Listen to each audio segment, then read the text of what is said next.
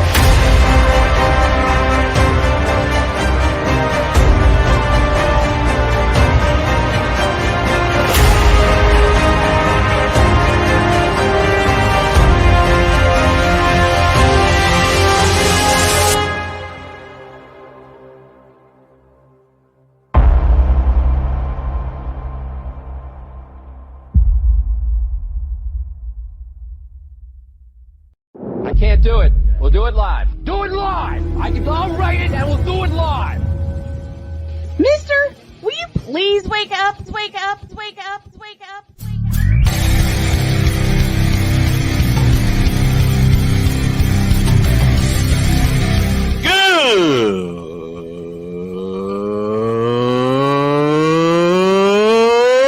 Good morning! Snowman here to all you Brock Purdy and San Francisco 49er haters. Shut up! I gotta thank you, Shane. I mean, whatever happened to the games where breaking 100 points was, I don't know, unusual?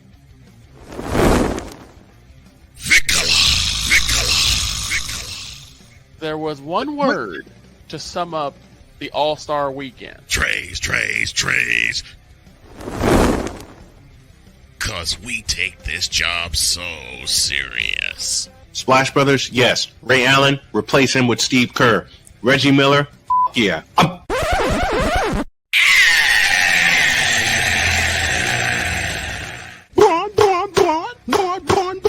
What in the all types of blue hell?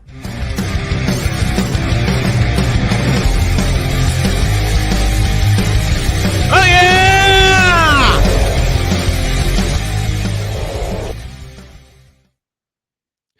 That seal. That Every time. damn. Now I see why Every you laugh time. every time I play the open, and that seal pops up. Thank you, Yep. Cole Johnson. Off we go on a Tuesday. Good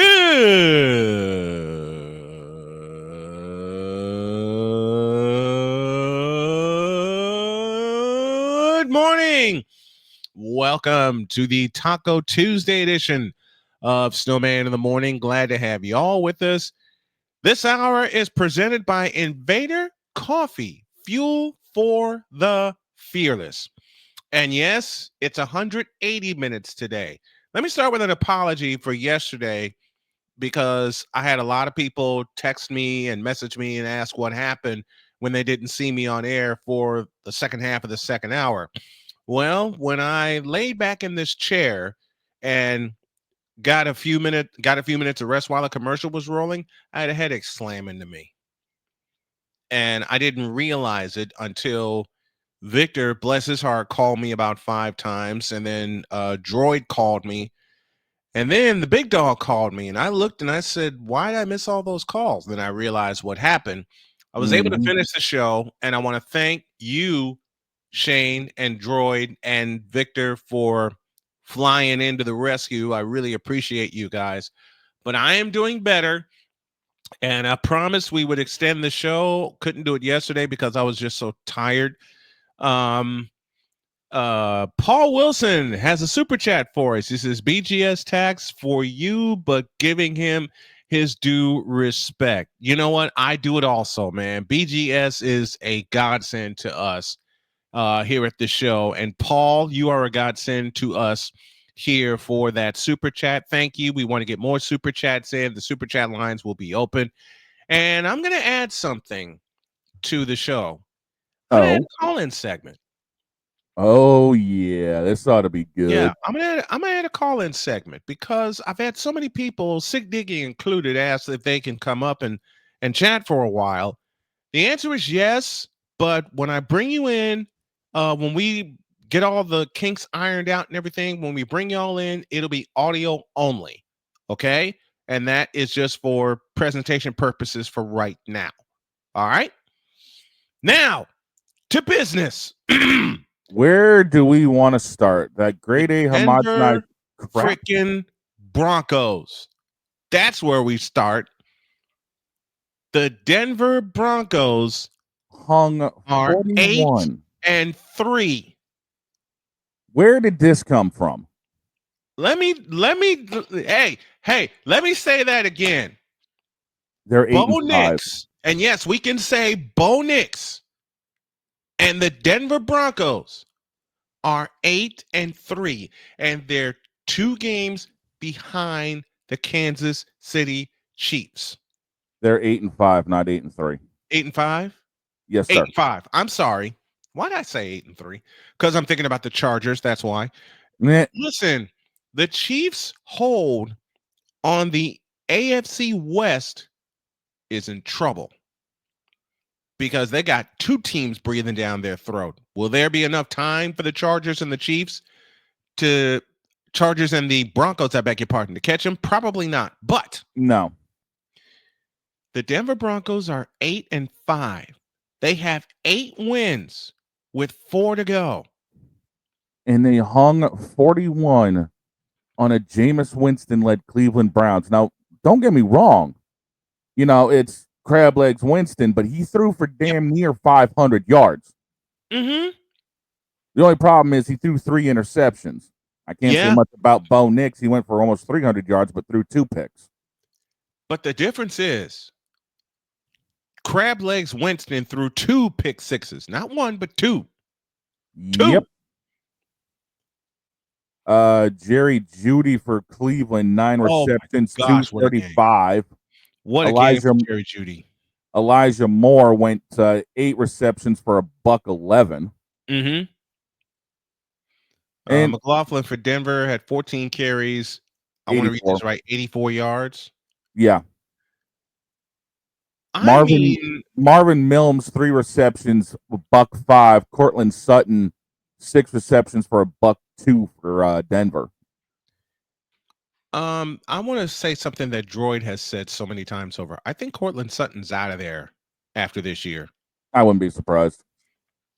And I also wouldn't be surprised where he lands. Being San Francisco. I could see that. Because, and I hate bringing San Francisco into a Denver conversation, but I want to look at this. I didn't get a chance to examine it yesterday. We'll do it here briefly. Then we'll get back to business, and then we'll do it later in the show. San Francisco's going to move on from Deebo Samuel. I smell it coming. Yeah, they need to. I smell it coming. Now the question is, where would Deebo land? That's a good question. We'll examine that later. I'm looking at the numbers here. Cleveland had 552 yards last night. Yep. Denver had 400 yards. Yep. Victor said this would be a snooze fest, and to a point I believed him until I turned it on while spending time with my wife last night.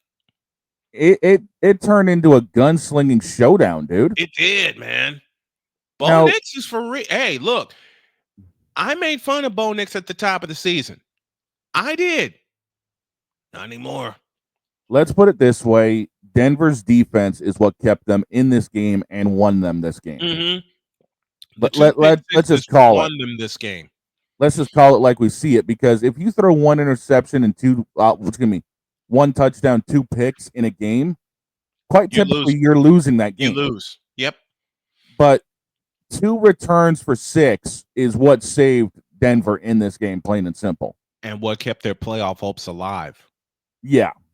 Their playoff hopes are alive because of those 2 pick sixes. the biggest thing as well is the fact that they kept Bo Nix upright this game. Yes. Thank you. And you know I've said that a lot over 11 years. The key is the offensive line protecting their quarterback. And that offensive line for Denver did a hell of a job last night keeping Bo Nix's jersey clean and keeping him upright. How many times you've been with me for all 11 years? How many times have I said that on the show that if you're going to have effective quarterback play, you got to keep him your upright. quarterback upright. Yeah. Cleveland couldn't do that. Winston got sacked 3 times.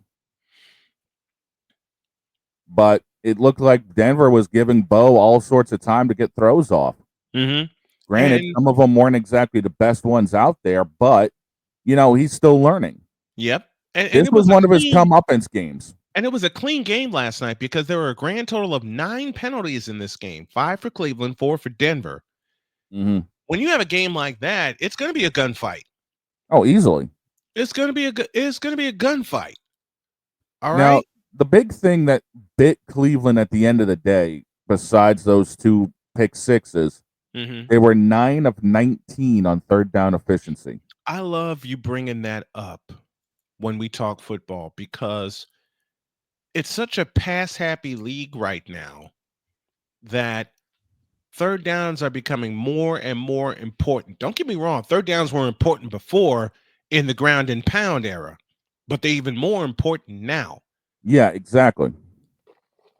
Fact of the matter is you have to be able to convert if you get a short third down. Yes. And if you have one that's a little bit longer, you got to be able to throw something over the middle to get that yardage. How many teams have we seen just this year alone have trouble on third and short? Way too many. How many teams have we seen have trouble on third and short? Look in the mirror. There's 2 of them right there. Yeah.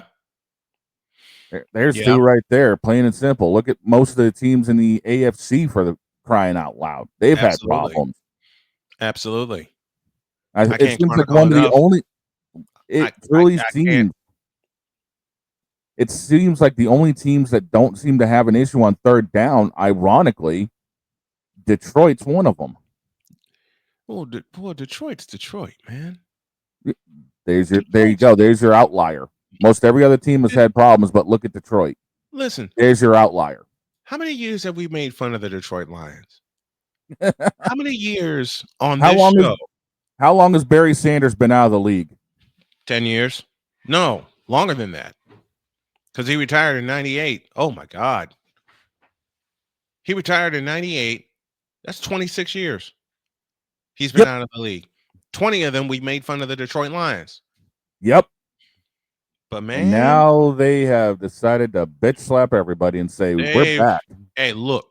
They bitch slapped me, okay? First time they did that was 1991 when they won the Central. And I didn't pick them to win the Central. I was wrong, okay?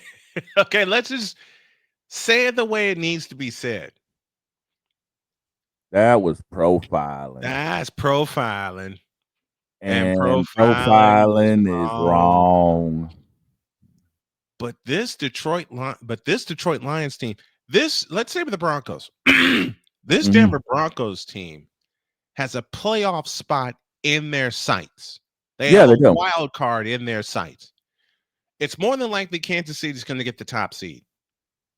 Oh, more than likely. It's very likely that the Chiefs will earn that top seed and earn that bye. Yeah. I mean, as it is, you got the Chiefs sitting on top. You got the Bills sitting at 10-2, and then everyone else is sitting at either 9-3 with Pittsburgh or 8-4 and 8-5 right now. Yep. AB Media 83 joins us from Indianapolis, Indiana. Welcome, my brother. I know it's cold there because it's cold here. I'm in southern Indiana right now. But now, I mean, you look at the fact that Denver is only a game back in the loss column. Yep. To the Chargers. And let's go to the Chargers. Well, I got to be honest. I did when they hired Jim Harbaugh.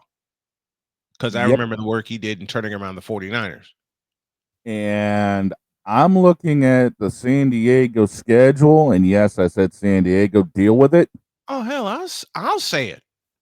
That's for I'll say everybody. it. That's for everybody else who's like, no, that's the LA truck. Man, shut up. It's San Diego. Get it right. Thank you.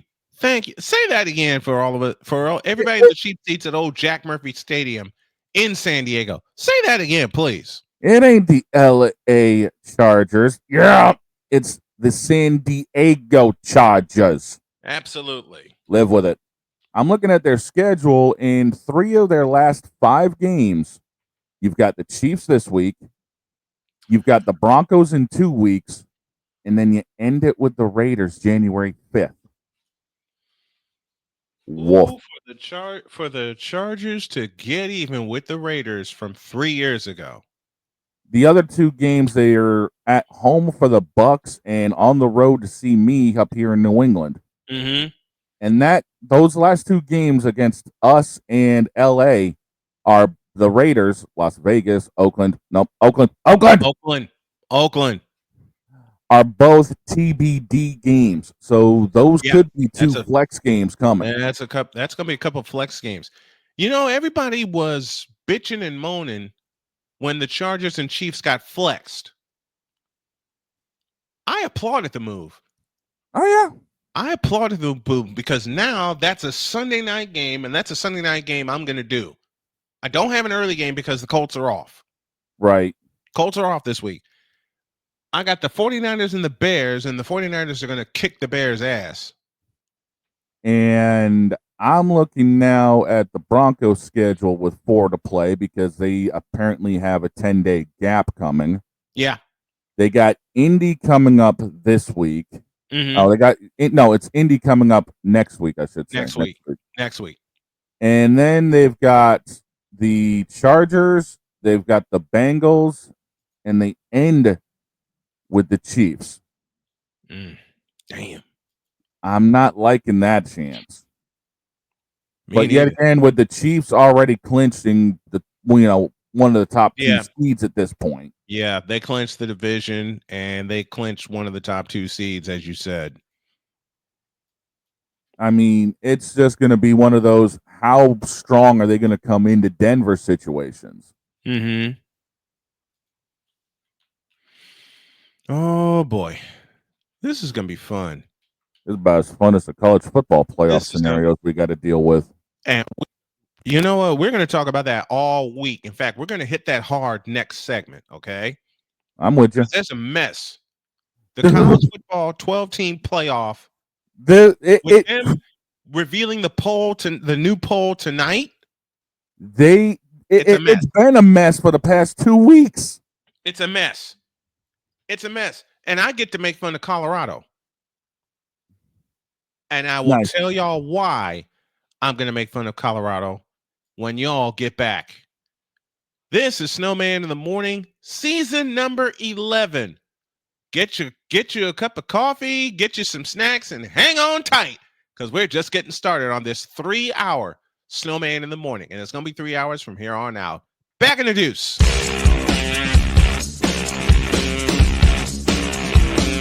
This is Snowman in the Morning.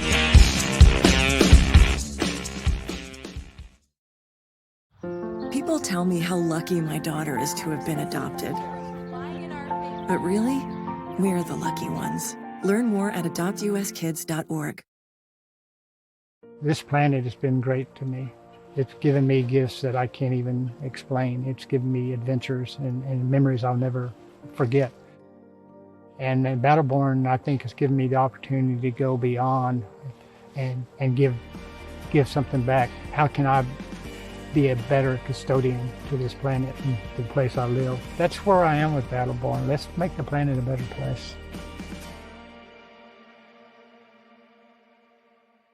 Whether it's news, the largest egg producer finds bird flu in chickens at a Texas plant, weather, devastating tornadoes rip through the heart of the United States, inspiration, a breast cancer survivor completed the journey of chemotherapy, and now begins a future one of matrimony or sports. Michael Jordan is shown on a photo with Diddy. LeBron James has a video extolling the virtues of a Diddy party. This has been yet another beating a dead horse presentation. We got you covered. BS3 Network, in association with Comey Media Incorporated, proudly present The Morning Shift with Cole Johnson. Live every weekday at 8 a.m. Eastern, 7 a.m. Central.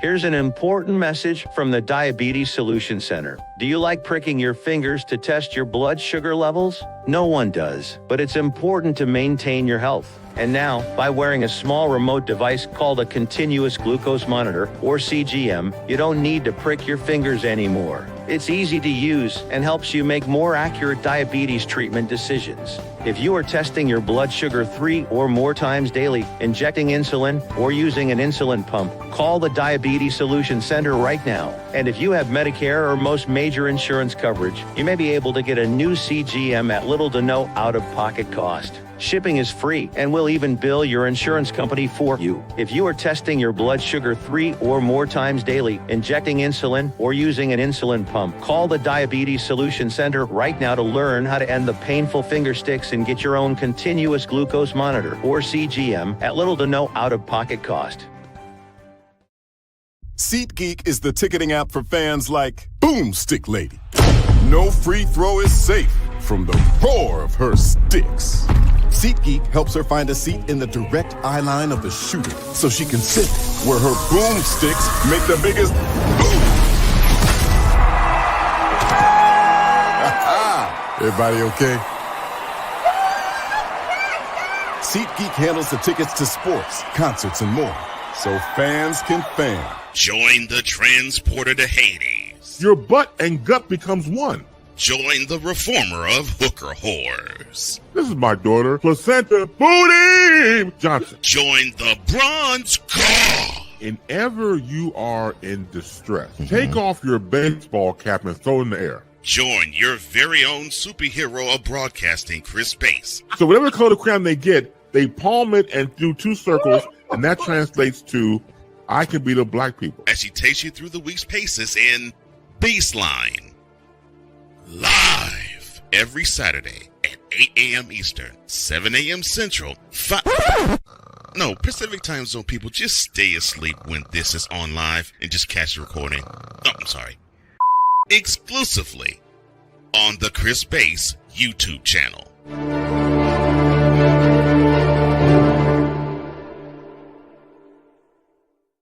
Mister, how do you operate this Twitter thing or this Instagram thing or whatever the heck? You're supposed to know all this stuff. Anyway, welcome back to the show. Oh, I gotta thank T-Mobile because my internet went out during that commercial, and they restored it in 90 seconds because I was counting the time. I was counting the time down on my phone. Whoo, man! Oh man, T-Mobile, a shout to you. And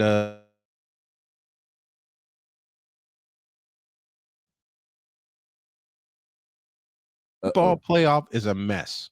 Yeah, it is. The college football playoff, it's a mess. I mean, it's plain stupid right now. And we are still having games that could decide who's going to end up in the playoffs coming up this weekend. Oh, Saturday is championship Saturday. Okay. Oh yeah. And these are going to be some brutal games that I'm looking at right now. Georgia and Texas. That's the SEC championship. Yep. Winner gets a top 4. Winner gets a top 4 seed. Saying that right. I'm saying it loud right now. Winner of that game gets a top 4 seed and a bye. Dude, Penn State at 4 against Oregon in Lucas Oil. I feel sorry for Penn State and James Franklin. Why? Because that Oregon offense is going to obliterate them. You're going to find this intriguing. The odds on this game right now only have Oregon favored by 3.5. That's I'm not joking, dude. I'm looking at the lines right now for all of these games. I'm looking at the lines for all of these games. And the only game that is above 6 points one way or the other is Friday night Tulane Army. And it's in favor of Tulane. Why is Oregon only favored by 3? Because it's the Big Ten championship game. That's why. Yeah. I mean, look at it this way, dude. Clemson SMU at Charlotte. ACC title. At What if Charlotte. SMU, let's look at this psychologically. What if SMU blows up the ACC and wins the damn thing? Oh, that game is in Charlotte on Saturday night. Yeah, and SMU's favored by only 2.5 against Clemson. Against Clemson. Yep. If SMU pulls this one out, it will grenade everything we know about the college football playoffs. Because where are they going to put SMU? Listen, I'm going to say this proudly. I expect SMU to win. I not only want SMU to win, but I expect SMU to win. We're just doing this discussion now. We're going to have a whole hour-long discussion on Thursday during Totally Deets. In fact, the college football showcase with Deets and I will premiere today at 1 o'clock. But, man, you know what? I'm going to give you SMU winning. SMU winning is going to be huge. I was about to say, I got a sleeper game for you. Talk to me. Iowa State, Arizona State leading off Saturday in Jerry World. Big 12 title. And Arizona State's only favored by 2. That's going overtime. It's going to have to. That's going overtime, and the first team to 60 points wins that game. Let me tell you why I love that particular game to start our coverage on Saturday. It's the first of 4 that we have. I'll explain in a moment. Man, Big 12 championship. Who did everyone expect to get to the Big 12 championship? Take a guess. I'm drawing a blank, but it's that early in the morning for me. Colorado. And Colorado ain't there. Nope. Nope. Which causes me to say, nah. Why am I teasing Colorado at this point in time? Because they didn't fix the 2 major problems that they had last year. The lines. Nope. The offensive line and the defensive line. Did not fix them at all. And that was one of the first things. We had so many discussions. AB Media was with us. Me, BGS, AB Media, Charles Faulkner, all the guys had so many discussions about Colorado. Now, look, Deion Sanders is going to be at Colorado for a lifetime. They've paid him. He's paid them back by bringing in students, and he's paid them back by bringing in fans, because every game at Folsom Field was sold out the moment Deion Sanders was announced as coach. Now you can concentrate on football and fix the line, because Shedeur Sanders was, I think, the 3rd most sacked quarterback in the nation. Something like that, yeah. Because you can't, folks, you can't make this up, all right? No. And you know the crazy thing is? You simply can't make this up. With everything that's going on with Colorado, all right, Travis Hunter may have sealed up the Heisman. Oh, right? Easily. But I think Ashton Genty will give him a run for his money, and Boise State has a conference championship coming up here soon. Okay. That would be on Friday against UNLV. Boise's favored by 4 in their yard. They need to make it 400. Now here's the thing. If Boise State blows out UNLV, where's that going to put them? It should put them in the top 8 for sure. I mean, I'm looking right now at the top 25 from last week. And they've only got Boise State. As I'm looking also at the scheduling, they got Boise State 11th in the national. 12. Yeah. The first one out, it looks like, going into all of this would be. Well, if I'm looking at the top 25, the first one out would be Arizona State. Unless Arizona State pulls a stunner, right, and wins the Big 12 title. Right now, yeah, that's going to be the big thing. The weirdest thing is I'm looking at the scheduling, and I'm looking at Arizona State. They're ranked 16th, but on the last AP 25, they were ranked 12th. So obviously, somebody doesn't have everything updated because, well, blame all the new poll comes out tonight. Yeah. The new poll comes out tonight.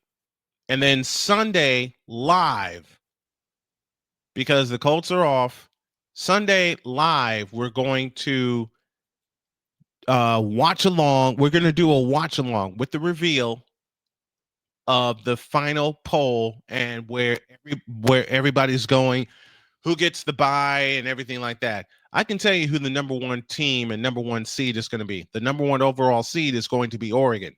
Easily. Oregon's going to blow Penn State clean. They're going to blow Penn State out of the water.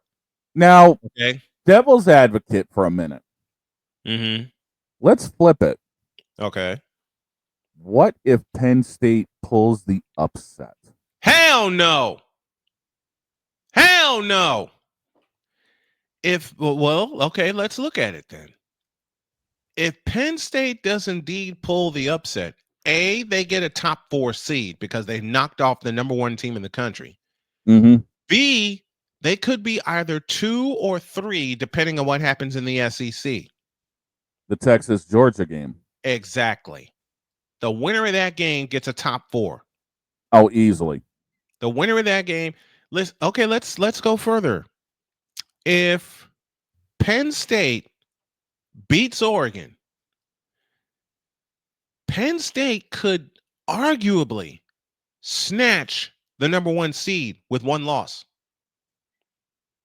And that could make things even more interesting on Selection Sunday. But if Penn State wins, they definitely get a top 4 seed.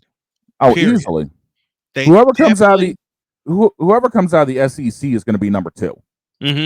I'm sorry, but we all know that's how know that's how they're going to rank it. The SEC is going to be number 2, and then the chips fall behind them. Yep. Whoever the hell is number 1 at the top of this is going to stay number 1. Then that's the case. It would be Oregon. Well, I'm just saying common sense wise. This is the whole true. If common sense were common. Yeah. This is the whole now. If Penn State blows Oregon out, do we see the SEC jump to number 1? Yes.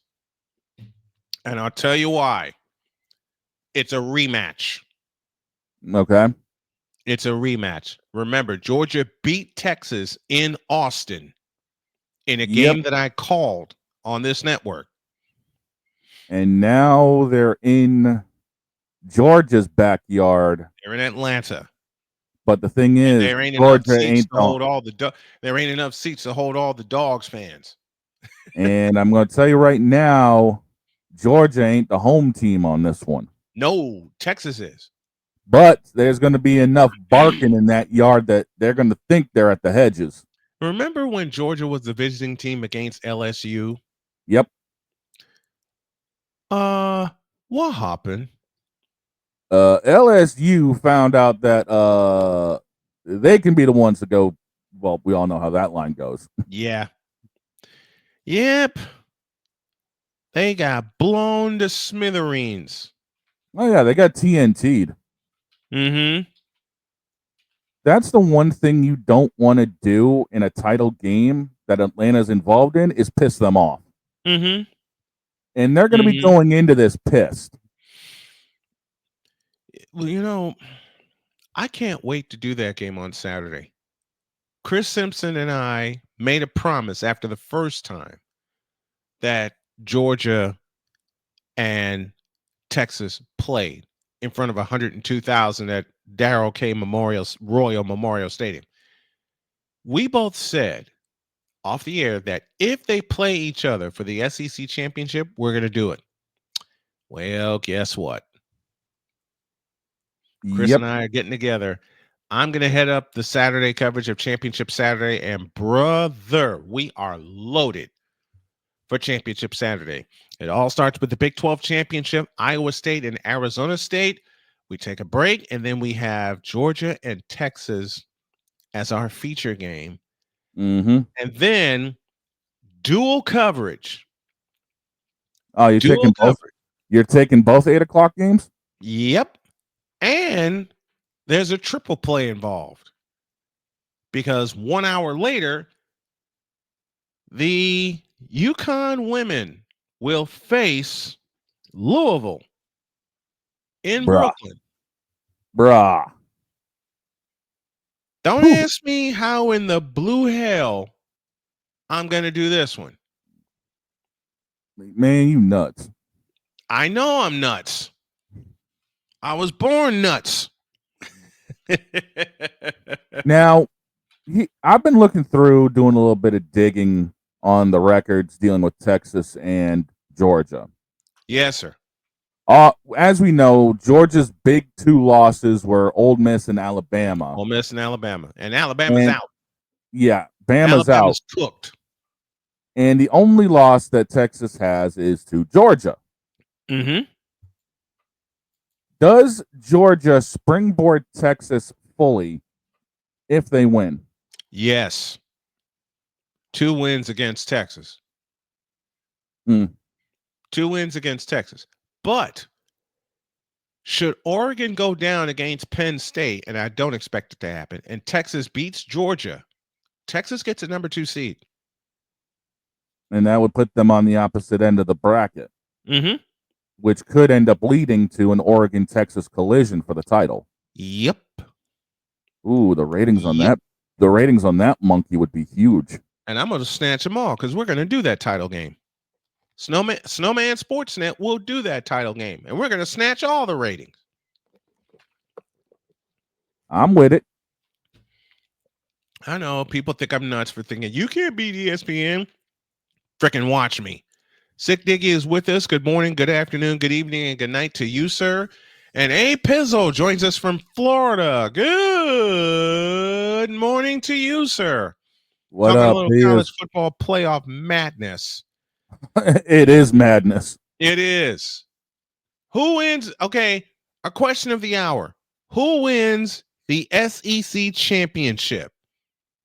Do you have Texas? And I expect Shane to put this in the chat and have y'all follow along with us. Who wins the SEC championship? Do you have Texas or do you have Georgia? We'll reveal our picks on Thursday. Let's take a break. When y'all get back, a little bit of NBA chatter. And I got some people to make fun of. Back in a deuce.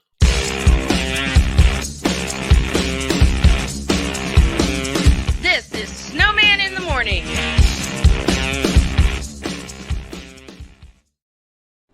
Are you ready to upgrade your coffee game? Prepare for an invasion of flavor with Invader Coffee. It's the caffeinated elixir that fuels champions, the blend that pushes boundaries. Whether you're battling deadlines or exploring uncharted territories, Invader Coffee has your back. Join the invasion at invadercoffee.com and taste the difference for yourself. Use the code Snowman for 15% off your first order. Invader Coffee, veteran owned.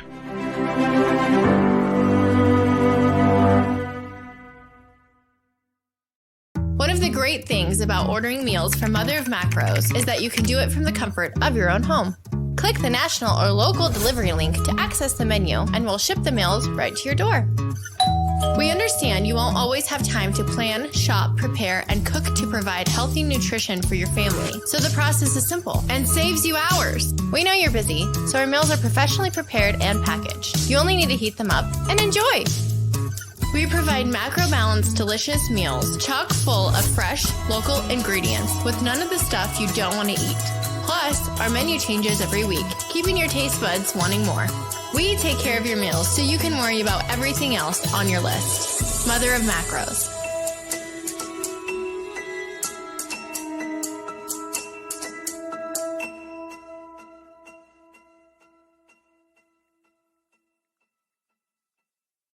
SeatGeek is the ticketing app for fans like the High Five Strangers guy. Game-winning interception. First down. Just a nice, solid tackle. If you're in arm's length, you will be swapping skin with this extrovert. You see, he knows SeatGeek got him a great deal on tickets, so he can focus on what he does best, smacking palms. SeatGeek handles the tickets to sports, concerts, and more, so fans can fan. Quinn. Moment of clarity. I haven't watched BET in years. KP. Drake needs to come back with another triple platinum album. E Digger. And then you have Ray J. Like, I can't stand that River Cricket. The Guru. Okay, the level of crack she's smoking, I don't want it. BS3 Network proudly presents the Knucklehead Chronicles podcast, where from card tips to hot topics to meet of the week, anything goes. Live every Sunday at 2:30 p.m. Central.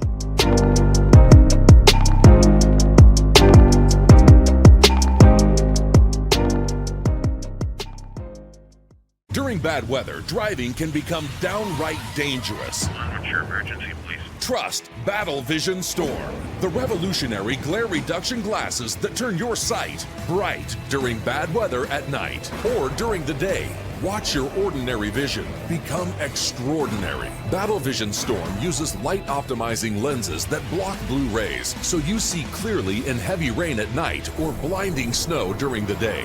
Heavy rain, snow, sleet, or fog can make it impossible to drive. Not with Battle Vision Storm. Get your Battle Vision Storm for only $19.99. But wait, due to rising costs and supply chain shortages, this may be your last chance to get your very own at this low price. There is a strict limit of 4 Battle Vision Storm per order while supplies last. Don't wait, order now. Call 1-800-483-6319 or visit battlevisionstorm.com.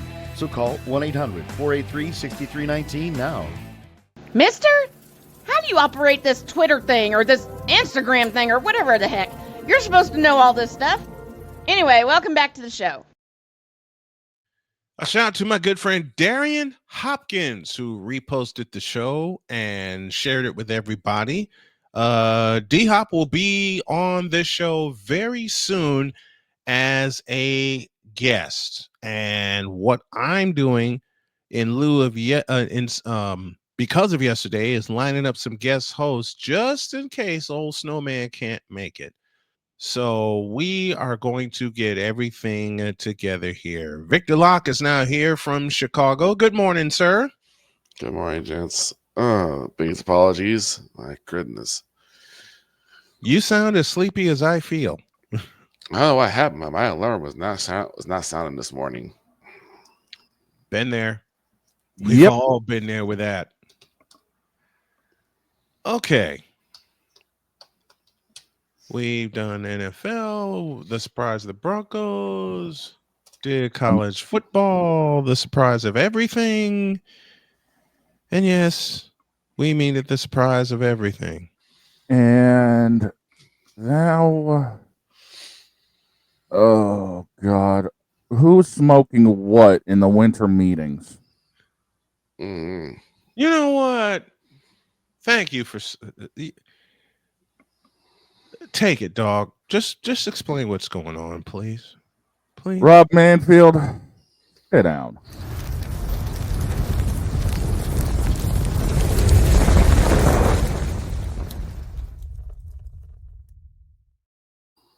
Oh, dear. You, for some crazed, asinine reason, thought it was a good idea to pitch. There's your joke for the day. This golden bat rule.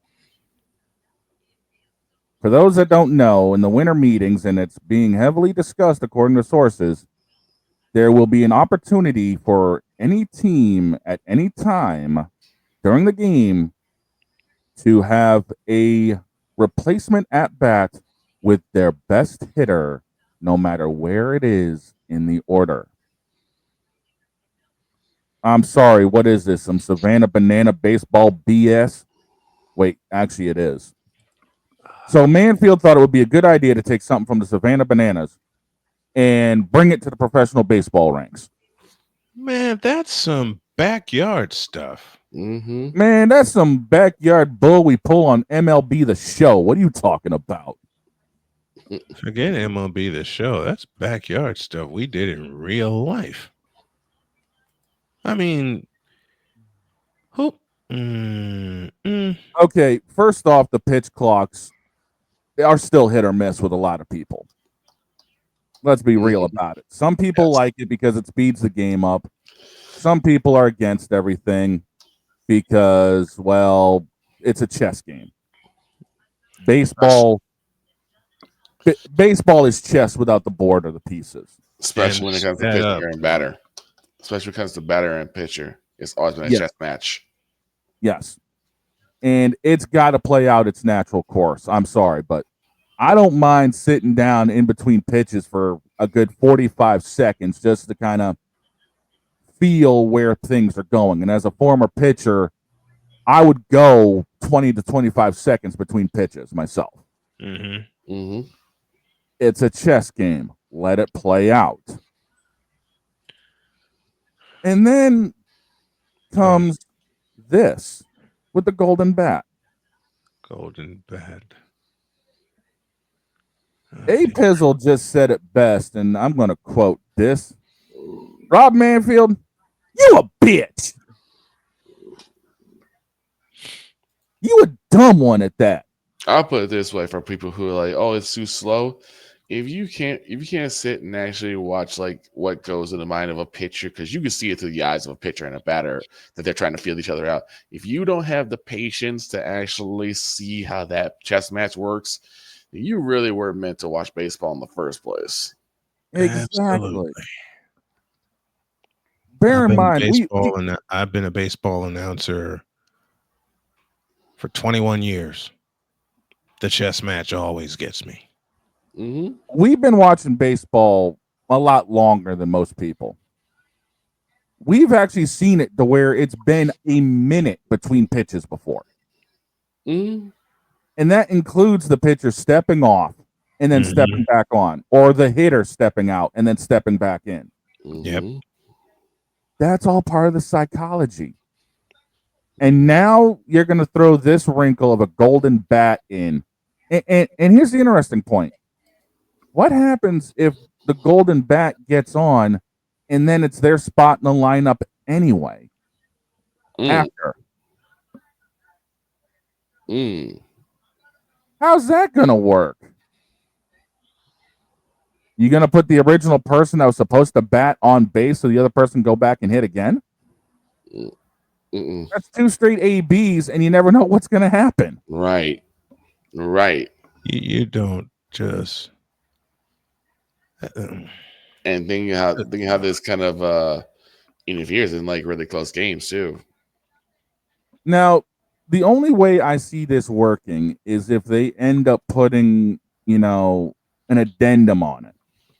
Whether it's the only way it can be used is if a team is trailing past the 7th inning. Or, you can't use it if your top hitter is, 1 through 4, you can't use it if it's in that area. Like, you got to have a little bit of a leeway between your hitters. Right. Like, if you got Aaron Judge in the 3 hole and you end up using him as your golden hitter, you got to wait till he's either at least in the 5, it's at least either the 5 or the 6 spot. That's like familiar names between Victor and I. That's like if you have Frank Thomas, 3 spot. You know exactly what I was going to. And draws a walk. Yep. and you have Paul Konerko after him, Jermaine Dye after him, Mhm. and you got a chance to have Frank Thomas up again. That's stupid. Or imagine this: you have Frank Thomas in the leadoff spot, then you put up Paul Konerko, and just to really stick it to the other team, you bring up Jim Thome right afterwards. Woof. Or within the case of the Red Sox, you got that lineup with Manny and Poppy. Mm-hmm. Not to mention Pedroia. Pedroia at 2, Damon at 1. And then you also can manufacture possible slams too, because what happens when you get you get the bases juiced, and then you decide to swap your pull out the golden bat for like a big Poppy or a Frank Thomas.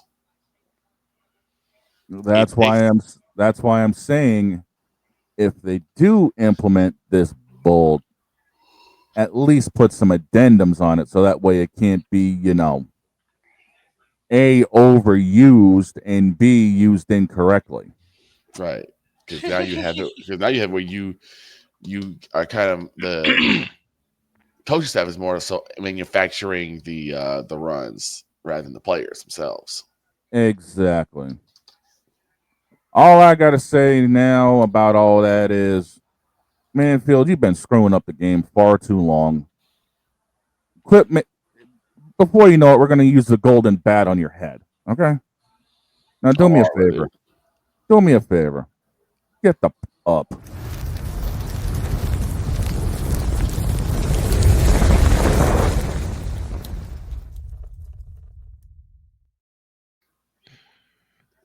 Let me couple that with this. Hey, Rob Manfred, have a seat. Someone wants to talk to you.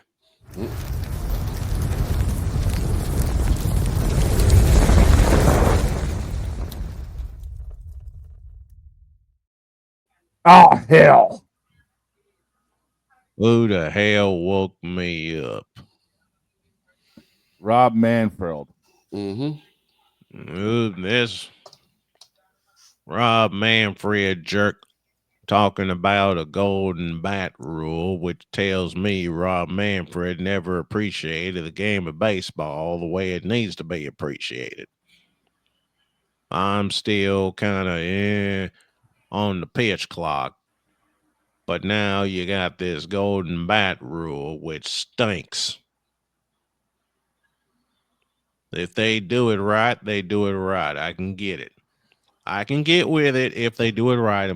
As the big dog said, you can put some addendums on it. But Rob Manfred, you stupid. To even come up with this idea, to pitch the idea, there's your oxymoron for the day.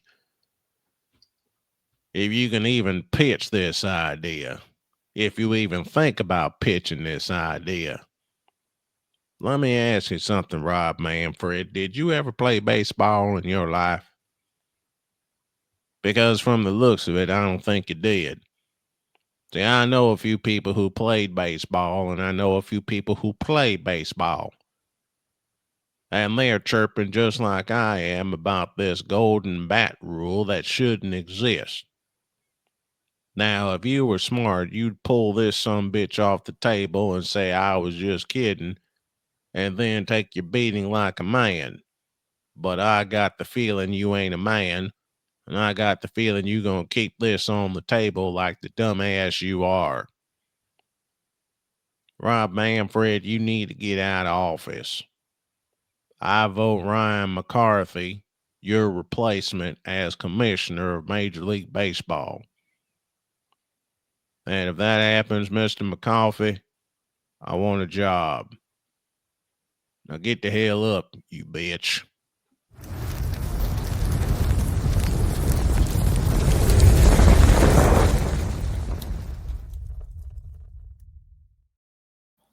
My God, the commissioner has spoken. Yep. I knew that was coming the moment that we first started talking about this golden bat bull. And you know what? I was gonna say this yesterday, but we didn't really have the time. I'm actually kind of glad that we didn't cover Philadelphia and Baltimore, because I would have thrown something. I wanted to cover that game, but I'm glad we didn't either. Mm. Because once again, Lamar did what Lamar does. He screwed up the game. I was about to say, what'd he do? Mismanage the game again? Yep. Figures. And they have this. Oh, okay. Do that one later. Mm-hmm. When y'all get back, because it's halftime. Well, it's end of period one here. Mm-hmm. I was about to say it's the first intermission. Thank you. First Thank intermission. You for saying that. First intermission. All right. When y'all get back from first intermission, I know it's only Tuesday, but I got some people to make fun of. Oh, no. For God's sake. I think I know why, too. I think you do. First intermission. Back after this.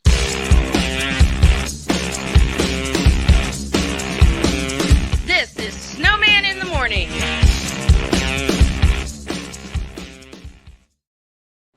Are you ready to upgrade your coffee game? Prepare for an invasion of flavor with Invader Coffee. It's the caffeinated elixir that fuels champions, the blend that pushes boundaries. Whether you're battling deadlines or exploring uncharted territories, Invader Coffee has your back.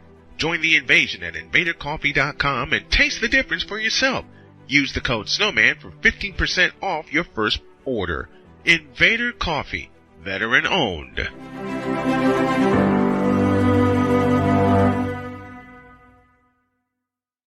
One of the great things about ordering meals from Mother of Macros is that you can do it from the comfort of your own home. Click the national or local delivery link to access the menu, and we'll ship the meals right to your door. We understand you won't always have time to plan, shop, prepare, and cook to provide healthy nutrition for your family, so the process is simple and saves you hours. We know you're busy, so our meals are professionally prepared and packaged. You only need to heat them up and enjoy. We provide macro-balanced, delicious meals chock full of fresh, local ingredients with none of the stuff you don't want to eat. Plus, our menu changes every week, keeping your taste buds wanting more. We take care of your meals so you can worry about everything else on your list. Mother of Macros.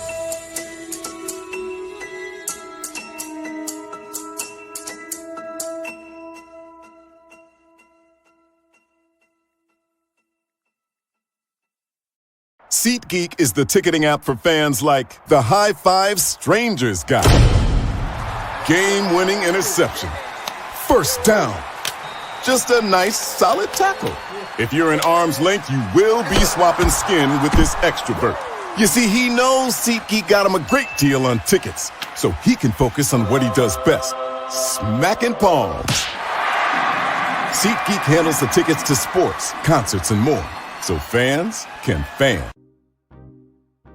Quinn. Moment of clarity. I haven't watched BT in years. KP. Drake needs to come back with another triple platinum album. E Digger. And then you have Ray J. Like, I can't stand that River Cricket. The Guru. Okay, the level of crack she's smoking, I don't want it. BS3 Network proudly presents the Knucklehead Chronicles podcast, where from car tips to hot topics to meep meep of the week, anything goes. Live every Sunday at 2:30 p.m. Central.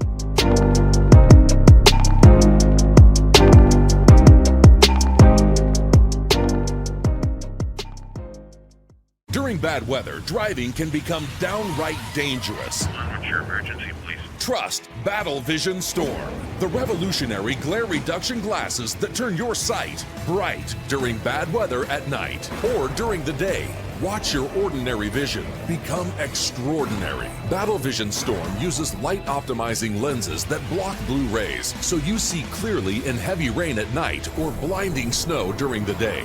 Heavy rain, snow, sleet, or fog can make it impossible to drive. Not with Battle Vision Storm. Get your Battle Vision Storm for only $19.99. But wait, due to rising costs and supply chain shortages, this may be your last chance to get your very own at this low price. There is a strict limit of 4 Battle Vision Storm per order while supplies last. Don't wait, order now. Call 1-800-483-6319 or visit battlevisionstorm.com.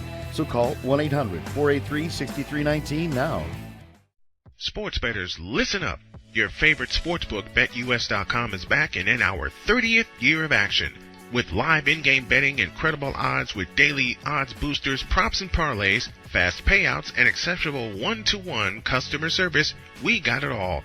And when you sign up today and use the code Snowman, you will get a 125% deposit match on your deposit. Log on to BETUS.com or call 800-792-3887. That's 800-79-BET-US. BetUS.com, where the game begins.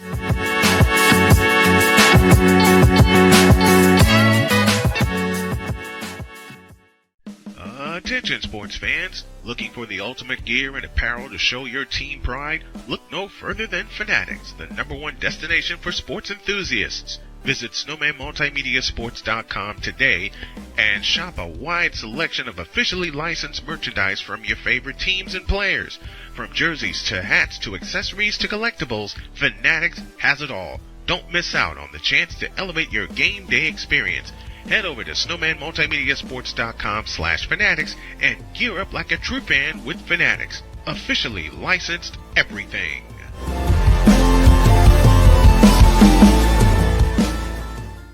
It's no secret. Today's consumer wants convenience and likes things on the go. They want to be listened to and receive instant solutions to their queries. This can often make or break the customer service experience. That's why it makes convenient interactions easy for you. Whether your customers want to connect with you via text, Facebook Messenger, Google, Instagram, or website, all messages now come to the one easy-to-use inbox, so you don't have to check a dozen different sites from the platform. From here, you can send SMS or email, answer questions, schedule appointments, take payments, and close more deals simply by messaging back and forth with your customers. When someone searches for a business like yours, they will look at your reviews. So unless you have more positive reviews, they'll choose someone else. Luck makes it easy to collect hundreds or even thousands of reviews from your customers. Simply send a review invitation or create automation that requests customer reviews right after the sale, or maybe right after a service is completed. It will take them 30 seconds or less to leave the review. Now those reviews will show up on the search result and increase your ranking that matters most. Plus, our advanced reporting will show you exactly where your leads are coming from and if your website or ads are doing their job. So why are you waiting? Put your business way in front of your competitors, get more leads, convert more of those leads to paying customers by getting started with today. Mister? How do you operate this Twitter thing or this Instagram thing or whatever the heck? You're supposed to know all this stuff. Anyway, welcome back to the show. LeBron James scored 10 points last night. What? I will say it again. LeBron James scored 10 points last night. 10. And you want to know? You want to know what all those bronze sexuals are saying right about now? Go ahead.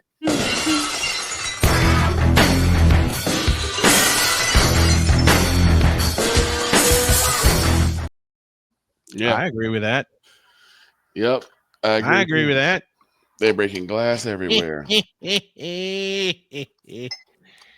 10. Y'all are dumb. 10 points. 10. 10 points. 10, y'all. Anybody who knows the cartoon reference, you get a free t-shirt. Hey.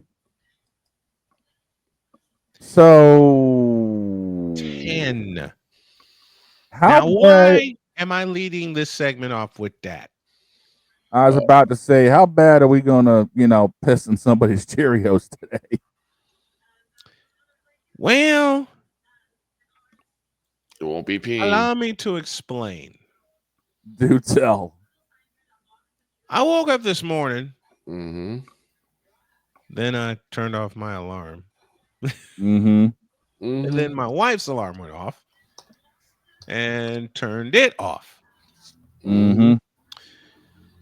But when the alarm went off for the third time, it skipped the second time because we were asleep. Y'all have done it. Yep. Oh, yes. Y'all have done it. Been there, done that. But when the alarm went off the third time, I got busted. Uh-oh. By my dearest Jody for perusing social media. Damn it, I've warned you not to do that. Now see, it wasn't us. This time Dr. K caught you. Yeah, I know. Damn it, I have warned you against this. I couldn't help it. What'd you find? Oh, God, help us all with the bull crap you found. I couldn't help it. I got forgiven by Dr. K. And she made a request of me. And it was? This.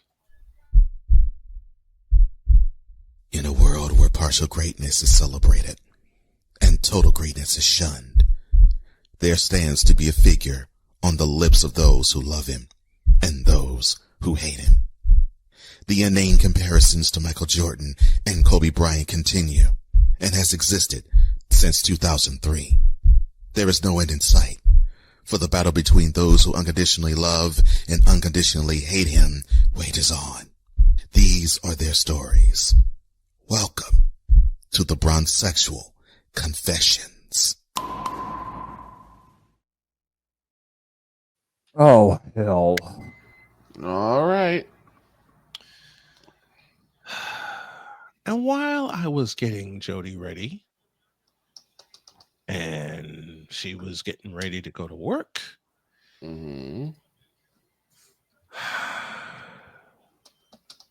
this woke me up. I had a conversation with a Bronzexual. What you mean? Why the hell did you do that? Because he pissed me off. And so early in the morning, too. Because he pissed me off. Oh. Matter of fact, he pissed Jody off, too. And yes, I said he. He pissed me off. Okay. Oh, Lord. When he said, where's that damn button? When he said, and I quote, LeBron James is the GOAT, and you can't name any players better than him. Close quote. That's just lazy. Now just hold up. This dum-dum said LeBron James is better than everybody out there, and we can't name anybody better than him. That's just lazy. Hold up a second. Shut up, bitch.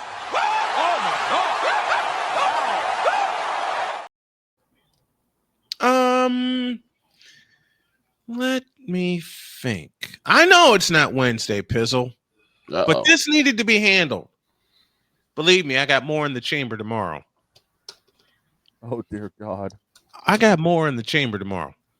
He said I can't name a player better than him. I thought it was a mistake when I read it out loud. Then my wife got involved. And she read it. Yep. Oh, God. And Jody's response was, once again, quote, oh, yeah, he ain't better than Reggie Miller. Close quote. Which she's correct. True. Oh, she went on too. Yeah. My honey went off. Oh, boy. my honey, my Boo Bear, my Dr. K went off. completely off. As she should. And said, quote,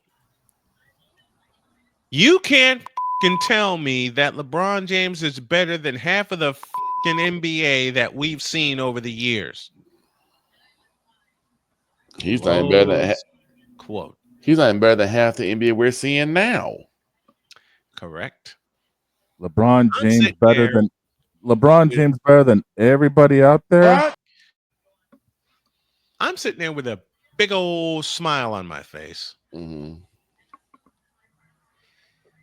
I said, "Get him, Jody." And she says, "No, I don't have time. I need you to do it in the form of the way you do it on Wednesdays. You're on." And this fish-eyed, idiotic fool, which I had a conversation with, why the hell did you do that? He started it. He started it. He said, "You can't name 10 forwards that are better than LeBron James." Oh, I can't? I got 10 in my head right now. I got 20. But before we go down the list, let's do this. This moment of bronze sexual stupidity is brought to you by Hooked on Bronix. When you start talking like an idiotic bronze sexual, Hooked on Bronix can set you right. Call 1-800-YO-KANG. Real LJPM, now approve all this. Paid for by the city. Phil. Oh, Lord. No wonder they're going out of business. He gave me a challenge. All right. Challenge accepted. 10 forwards. Okay. He said I couldn't name 10 forwards that are better than LaFraud. Okay. 10 answers on the board. Name 10 forwards that are better than LeBron Raymond James. Okay. Number 10. Adrian Dantley. Number 9. Larry Nance. Number 8. Is a toss-up. Okay. Horace Grant. Okay. Numero 7. Number 7. Number 7. Kevin Durant. Number 6. Oh. Yeah, I'm getting evil. Jerome Kersey. Number 5. Tom Chambers. I knew that was coming. That's what made every bronze sexual's head explode. Number 4. Scottie Pippen.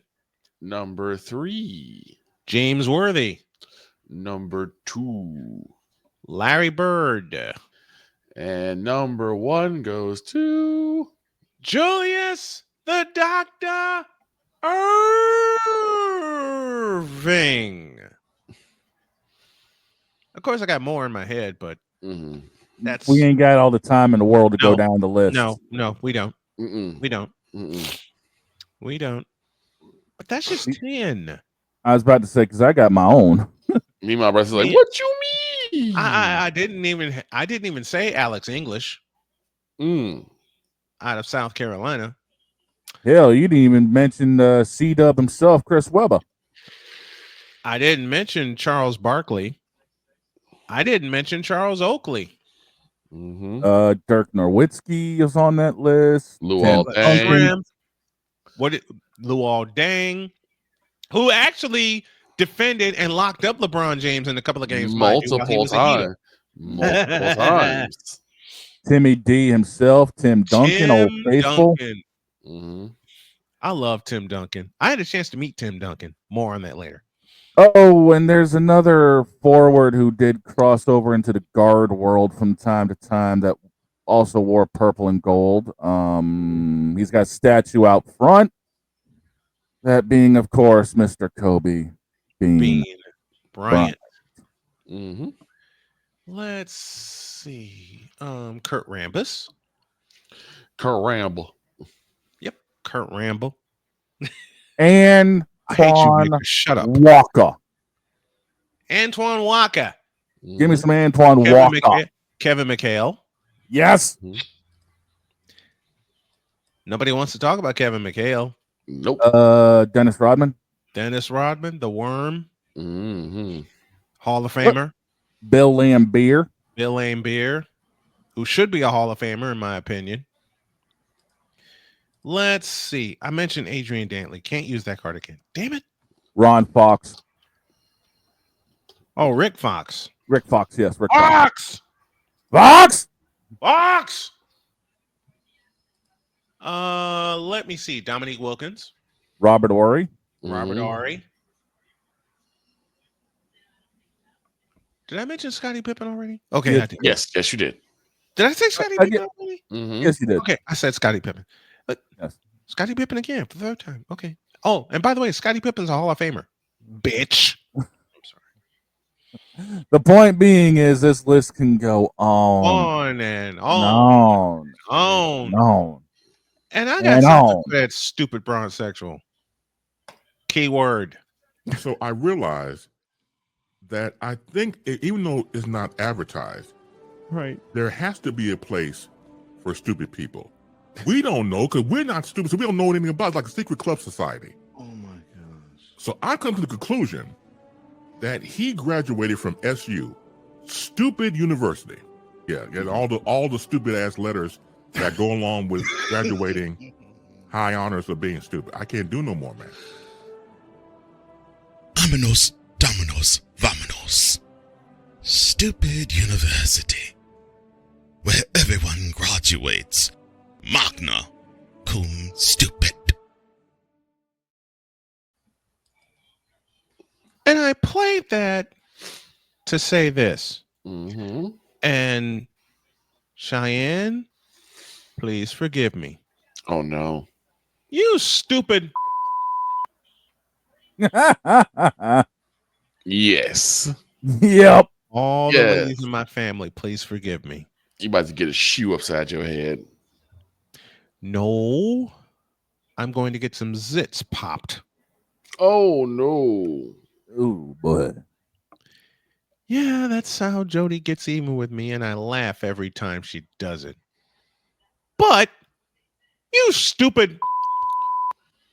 Watch the game, will you please? Oh, I forgot. You're a bronzexual. Right. That's against the rules. I forgot about that. That's against your rule.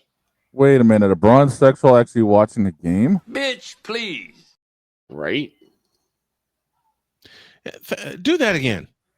A bronzexual watching the basketball game? Bitch, please. I'll tell you a guard who played forward for a while. Irvin Magic Johnson. Man, he played every position. Yeah, Yes, he including did. center. And Effectively. succeeded at it. You know what? They say LeBron can play all 5 positions. Wrong. Magic Johnson did play all 5 positions. And he did it on May 23rd, 1980. Mm-hmm. Look it up. Scene of the crime was the Spectrum in Philadelphia, Pennsylvania. Situation, no Kareem for game 6 and a chance for the Lakers to clinch. So what does Magic Johnson do? He takes the center jump against Caldwell Jones, drops 42 points, grabs 15 rebounds and 7 assists, and was named the unanimous MVP. Something LeBron James will never get. What? He's never gotten unanimous MVP. Michael Nope. Jordan has 6 times. Hakeem Olajuwon has twice. Magic Johnson did it in 87.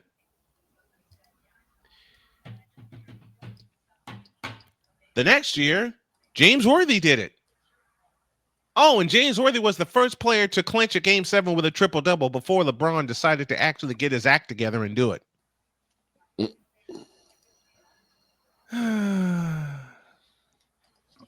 What we're trying to say is, to you stupid bronzexuals, LeBron sucks. Yep. Yeah, in so many words. LeBron is trash. Okay, give me this camera. And I'm looking at this camera and I'm going to say it out loud again. Here we go. LeBron James is trash as a basketball player.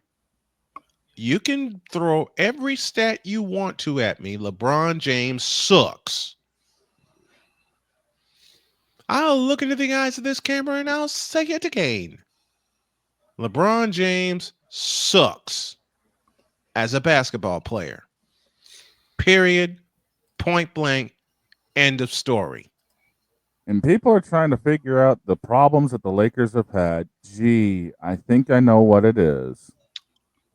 Yes, LeBron, it is you. It has always been you. It always will be you. Forever and ever.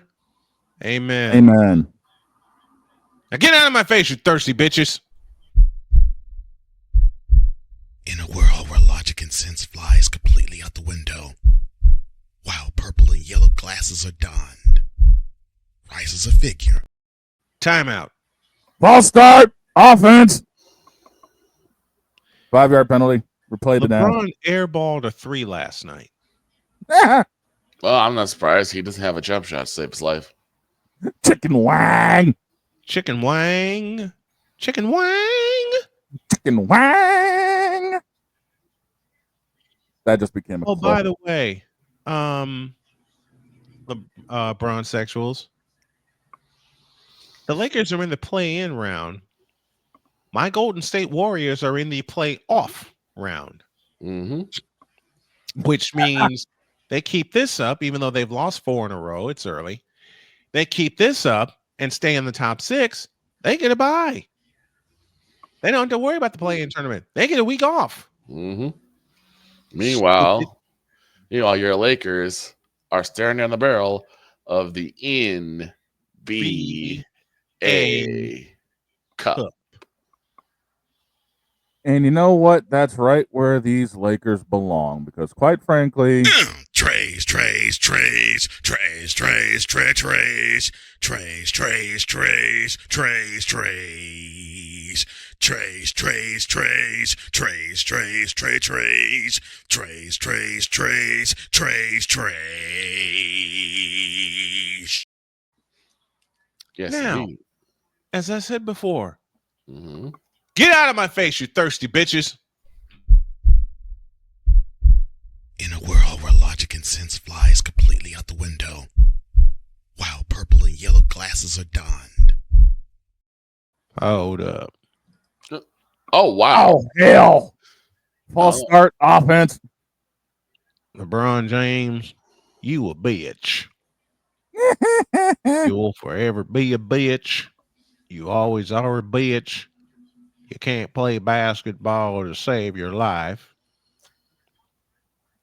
And your manhood will always be questioned by me because of some stuff that I said off the air and I found out to be true. Like a certain love child from Sharon Reed. But nobody wants to talk about that. But I will in a confessional. You dumb bitch of a bitch. You mean to tell me I'm going to have to open up my office sometime soon? Not yet. I had a snowman say it. He wrote it down here. Yeah. Okay. He said it. Oh, yeah. Get out of my face, you thirsty bitches. In a world where logic and sense flies completely out the window, while purple and yellow glasses are donned, rises a figure who encourages ridiculous, undying loyalty. Good Lord, I'm about to throw up.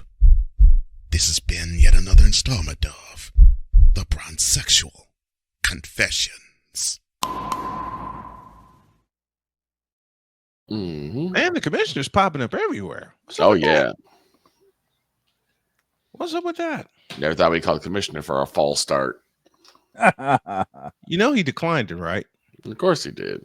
Oh, and for you, Victor, as for what happened Sunday in Baltimore, Maryland? Yes, Lamar, it is you. It has always been you. It will be you. You once again ruined the chance for the Baltimore Ravens to actually be something forever and ever. Amen. Amen. Trash. Pure trash. And remember, Chicago Bear fans, we ain't left you out. Nope. Virginia McCaskey is your owner. That's one problem. Virginia McCaskey is your owner. You just got rid of Matt Uberfools, who shouldn't have been hired in the first place.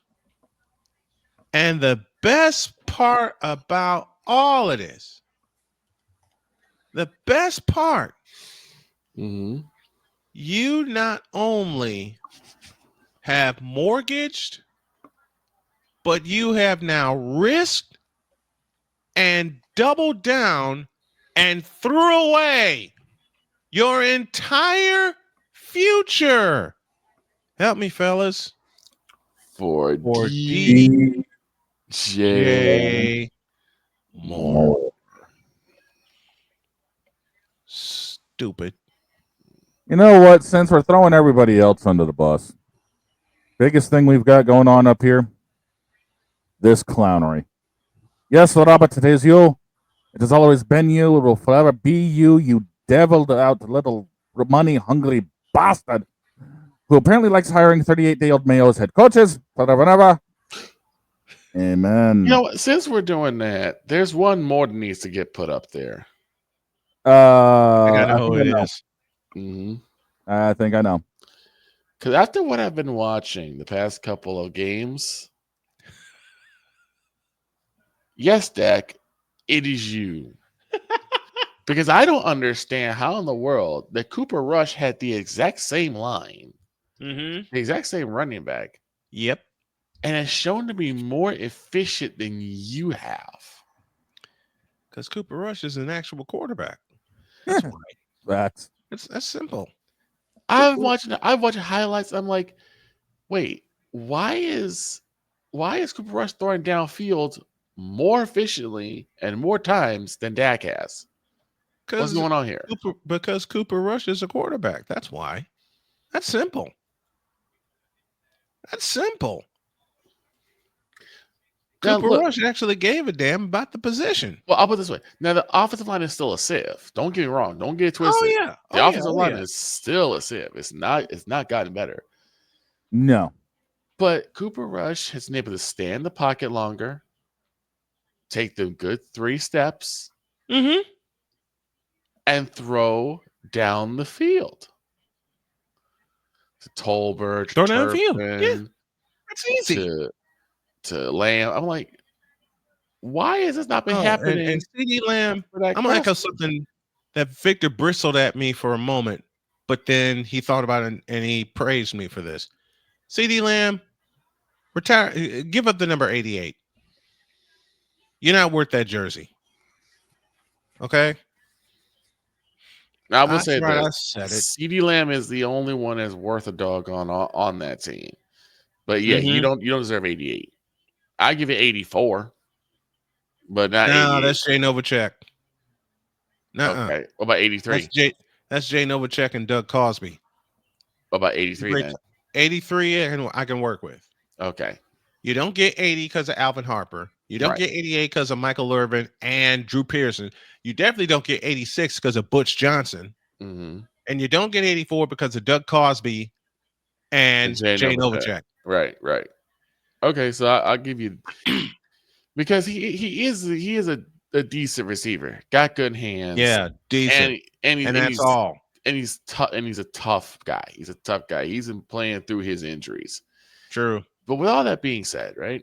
How is it that again, even with that sieve offensive line, Cooper Rush is able to stand in the pocket, poised, because Cooper Rush I told you, because Cooper Rush is a quarterback and throw downfield. Compared, we got somebody to welcome. Oh, is it time to drop some mics?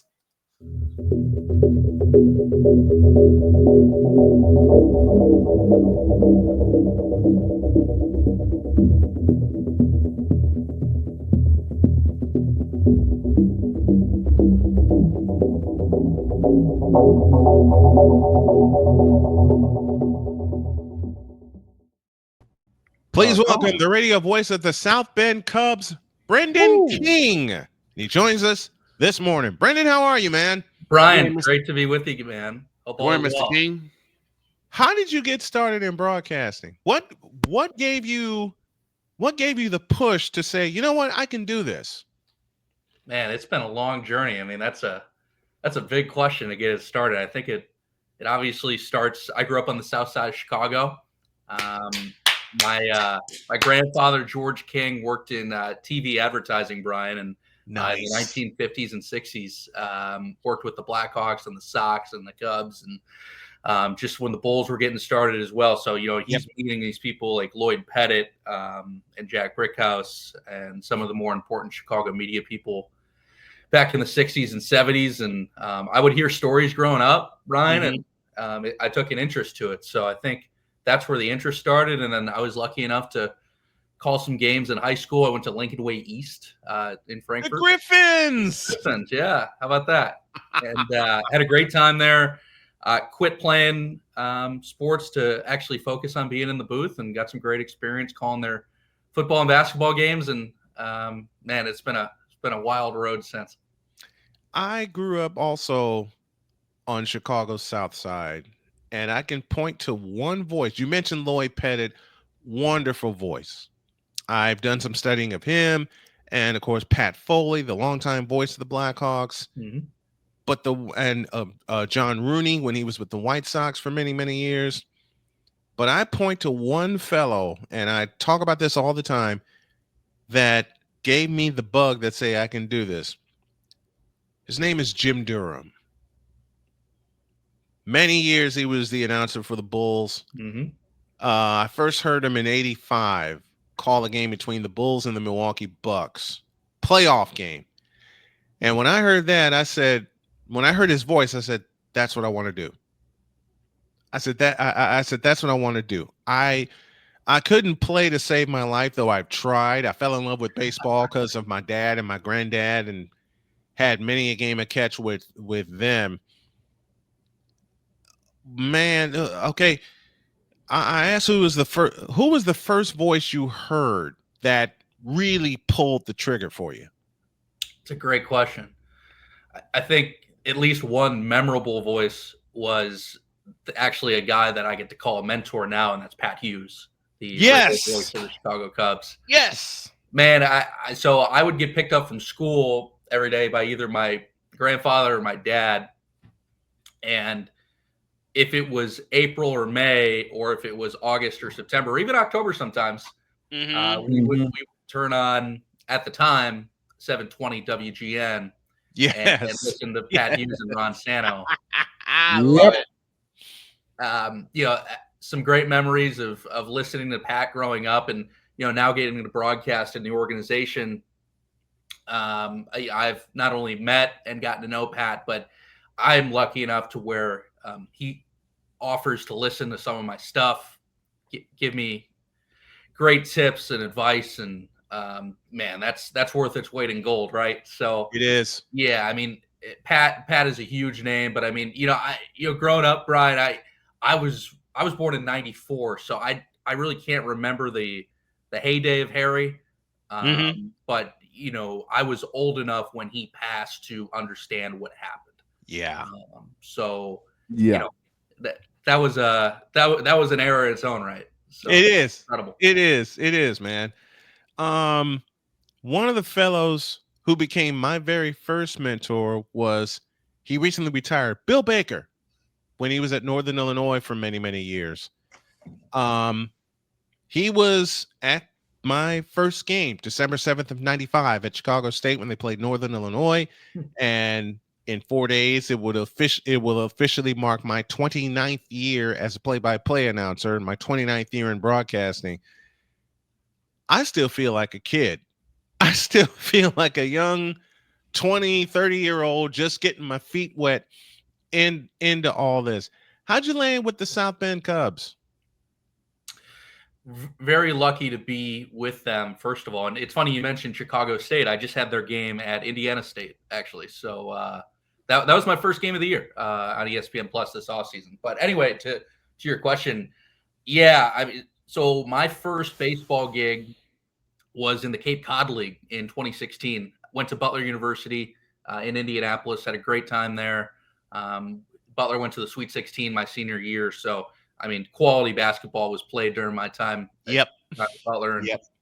But got to go out on the Cape and kind of grind your teeth and just have fun and call games, man, in Orleans, Massachusetts with the Orleans Firebirds. And, you know, I'm sure people listening out there have at least heard of the Cape Cod League, but man, it's not only the best developmental baseball league in the country for players, it's that way for broadcasters. Yes. No question about it. If you go out there, you're going to get an unbelievable experience. And you're going to realize, you know, if it's for you or not, because that was the farthest I've ever been from home, hours away. Yep. By myself, was living with the broadcast crew. It was an amazing experience. But the next summer, after I graduated from Butler, this would be 2017, same thing. Farthest I've ever been from home, 22 hours away in Boise, Idaho.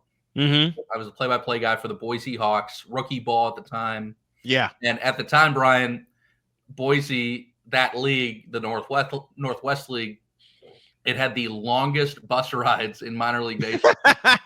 So I go from the Cape, where every morning I went to the beach, I went for a run, and you know, I got my coffee at the same spot every day, out to Boise, where our shortest bus ride was 6 hours. The longest bus ride was 14 hours.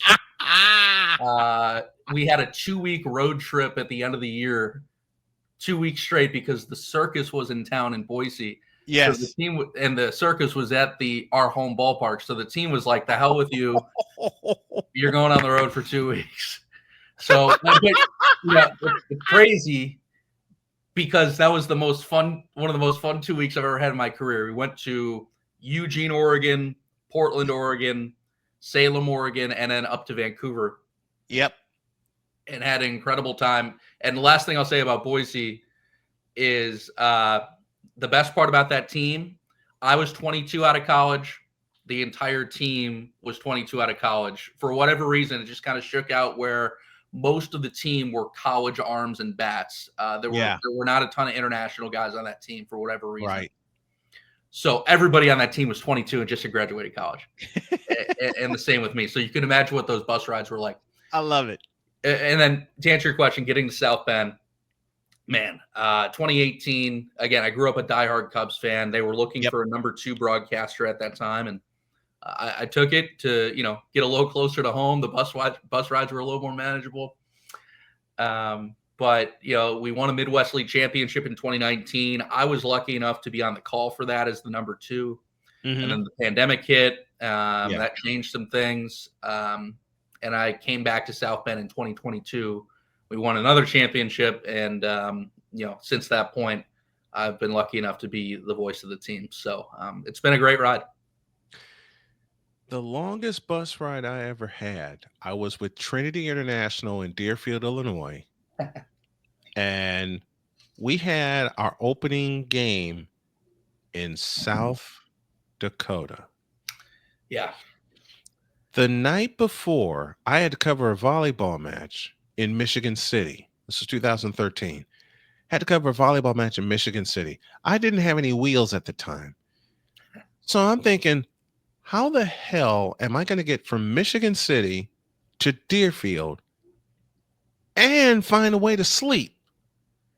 So improvisation is king with me. Yep. Hopped a train from Michigan City all the way into downtown Chicago, slept the whole way. Then I had to run through Union Station. I had to run from the station on Michigan Avenue, fly up to Union Station. And I had about 25 minutes to make this train, because the next one didn't come until 6 a.m. and I'd be in deep trouble if I missed that trip.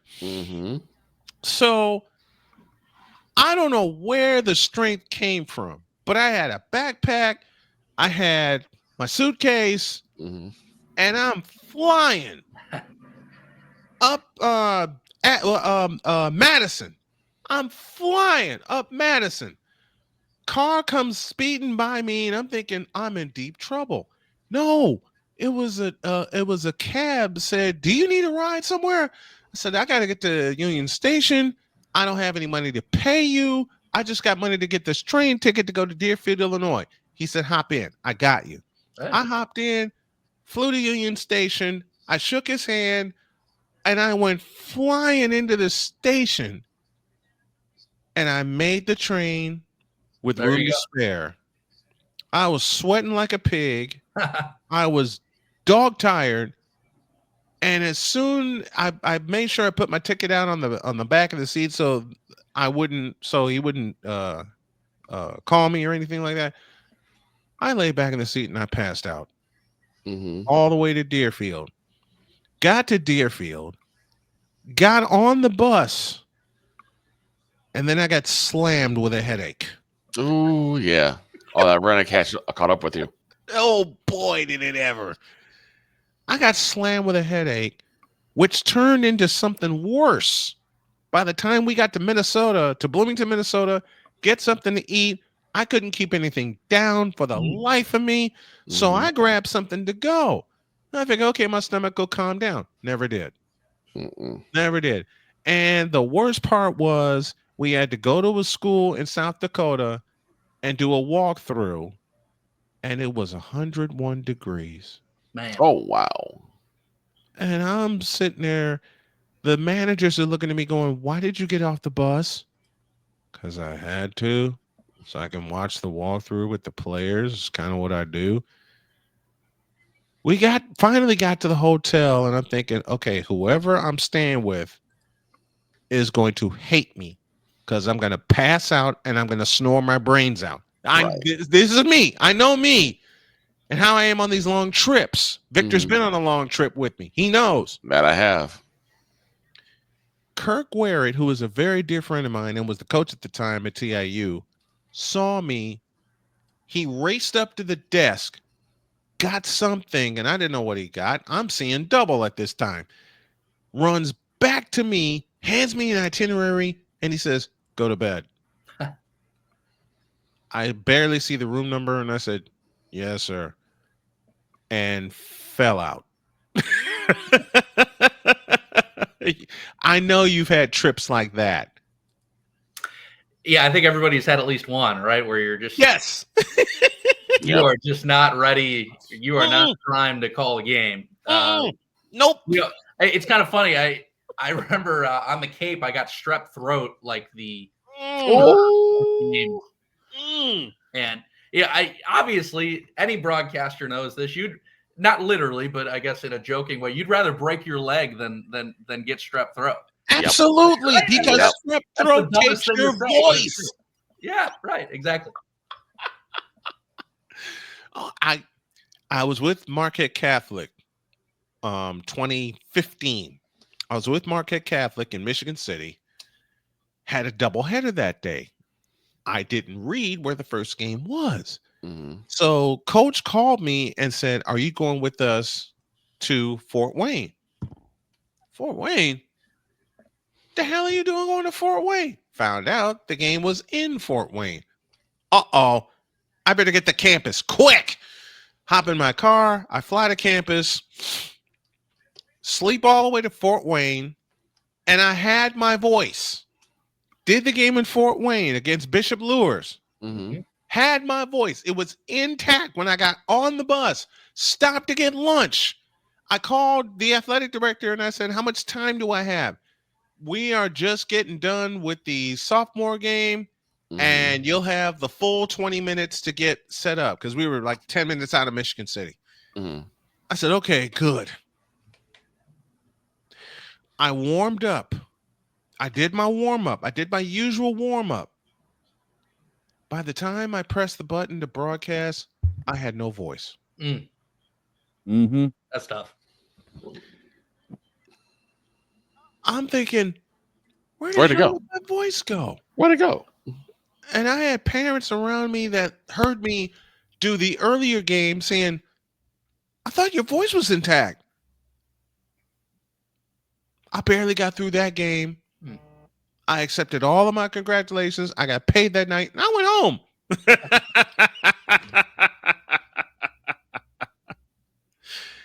So getting any kind of laryngitis and strep throat, The worst. not fun. No. I mean, the term in college hoops in March is survive and advance. I mean, sometimes that's us when we're struggling, right?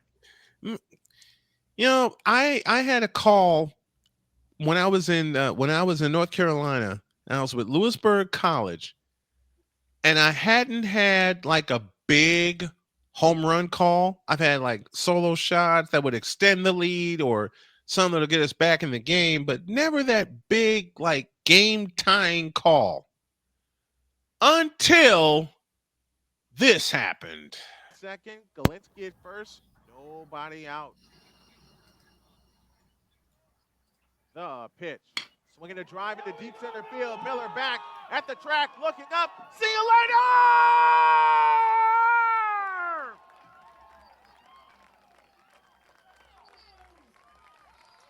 The Mad Dog has done it!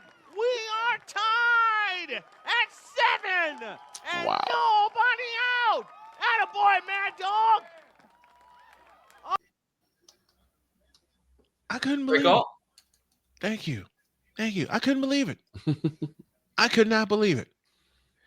Because, like I said, I never you go through when you like first get started with the team, you're looking for in your mind, you're always looking for that signature call. And you don't know when it's going to happen, especially with baseball. You don't know when it's going to happen. Totally. And when it happens, you're going, was I just there for that one? Yeah. I mean, you called a championship. Mm-hmm. So take us through that. What was that like? Having a championship call. Yeah. Back to your point, I think it's easy to realize sometimes when you're in the middle of a very crucial call. Mm-hmm. When you're a part of that, there's nothing better because you understand you're calling a significant moment. So, I didn't have my first walk-off call, Brian, until 2019. So I didn't have one in the Cape. I didn't have one in Boise. Didn't have one my first year in South Bend. So it took a little patience for sure. I was I get it. I was sending in my tape. I was like, man, I just don't have that big one. Right. Right. Thankfully, again, very blessed to say I've been a part of 2 championship calls in South Bend, 2019 and 2022.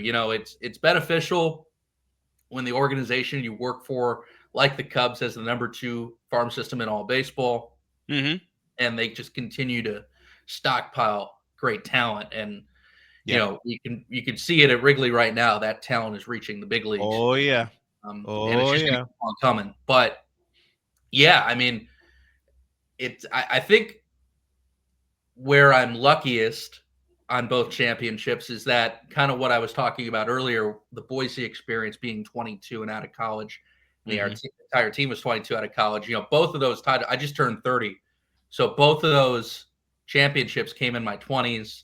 I was pretty much the same age as the rest of the team. And the celebrations, off the charts. So,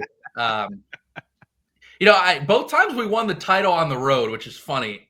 Yeah. It's like each time we win it, we obviously do the champagne at the ballpark. Yep. And then, you get on the team bus. Mm-hmm. And remember, this is minor league baseball. This isn't the NBA. So we're not in Miami. We're not in LA. We're not going clubbing. The first one was in rural Iowa. The second one was in a suburb of Cleveland. Yes. So, we get on the bus after the champagne. It's like, well, what do we do now? Right. both times we figured we found plans, but yeah, I mean, unreal. And then, and then the really funny part is you wake up the next morning and then you have to bus back to South Bend. Yes. And the bus back to South Bend each morning after both championships, there was a lot of water. Every guy was wearing sunglasses, and we made do. So yeah, great experiences both times. Oh gosh. Well, I did the. Sounds like a lot of Excedrin was consumed after all those appearances. Well, I believe it. Yeah, I mean, you got to do something about the headache, right? Because you got to go. I got to go back to work the next day. You know, the next day is like a Thursday. I actually have to be productive the next day. You know what? When I was covering Marquette Catholic in the 2013-2014 season, and it turned out that the boys team went on an incredible run. They lost against Andrean High School at home, didn't lose again, all the way to the state championship. And every game got bigger and bigger and bigger, and I was there for it. And when I get messages from people who heard my call, you know, and they're saying you did a great job. As I look, the kids did this for me. All right. If it were not for the kids, there wouldn't be any me. I'll give you an example of that. We went to Bourbonnais, Illinois. I was with Trinity International, went to Bourbonnais, Illinois to play Olivet Nazarene. Olivet Nazarene was blowing us out of the water. And I'm thinking, okay, this is going to be a calm call. I'll be all right. No. TIU decided to make a game of it. They had the ball on their own 9 in the midst of this comeback. Mm-hmm. And as I often say, and then this happened. Pena waits and takes the snap. He'll fire the screen, complete to Beals, 10, 15. Oh, this is trouble. One man to beat. 40, 50. Go, Denny, go. 30, 20, 10, 5. Good night. Touchdown. Unbelievable. That was one of those times I threw the rules out the window. Been there, done that.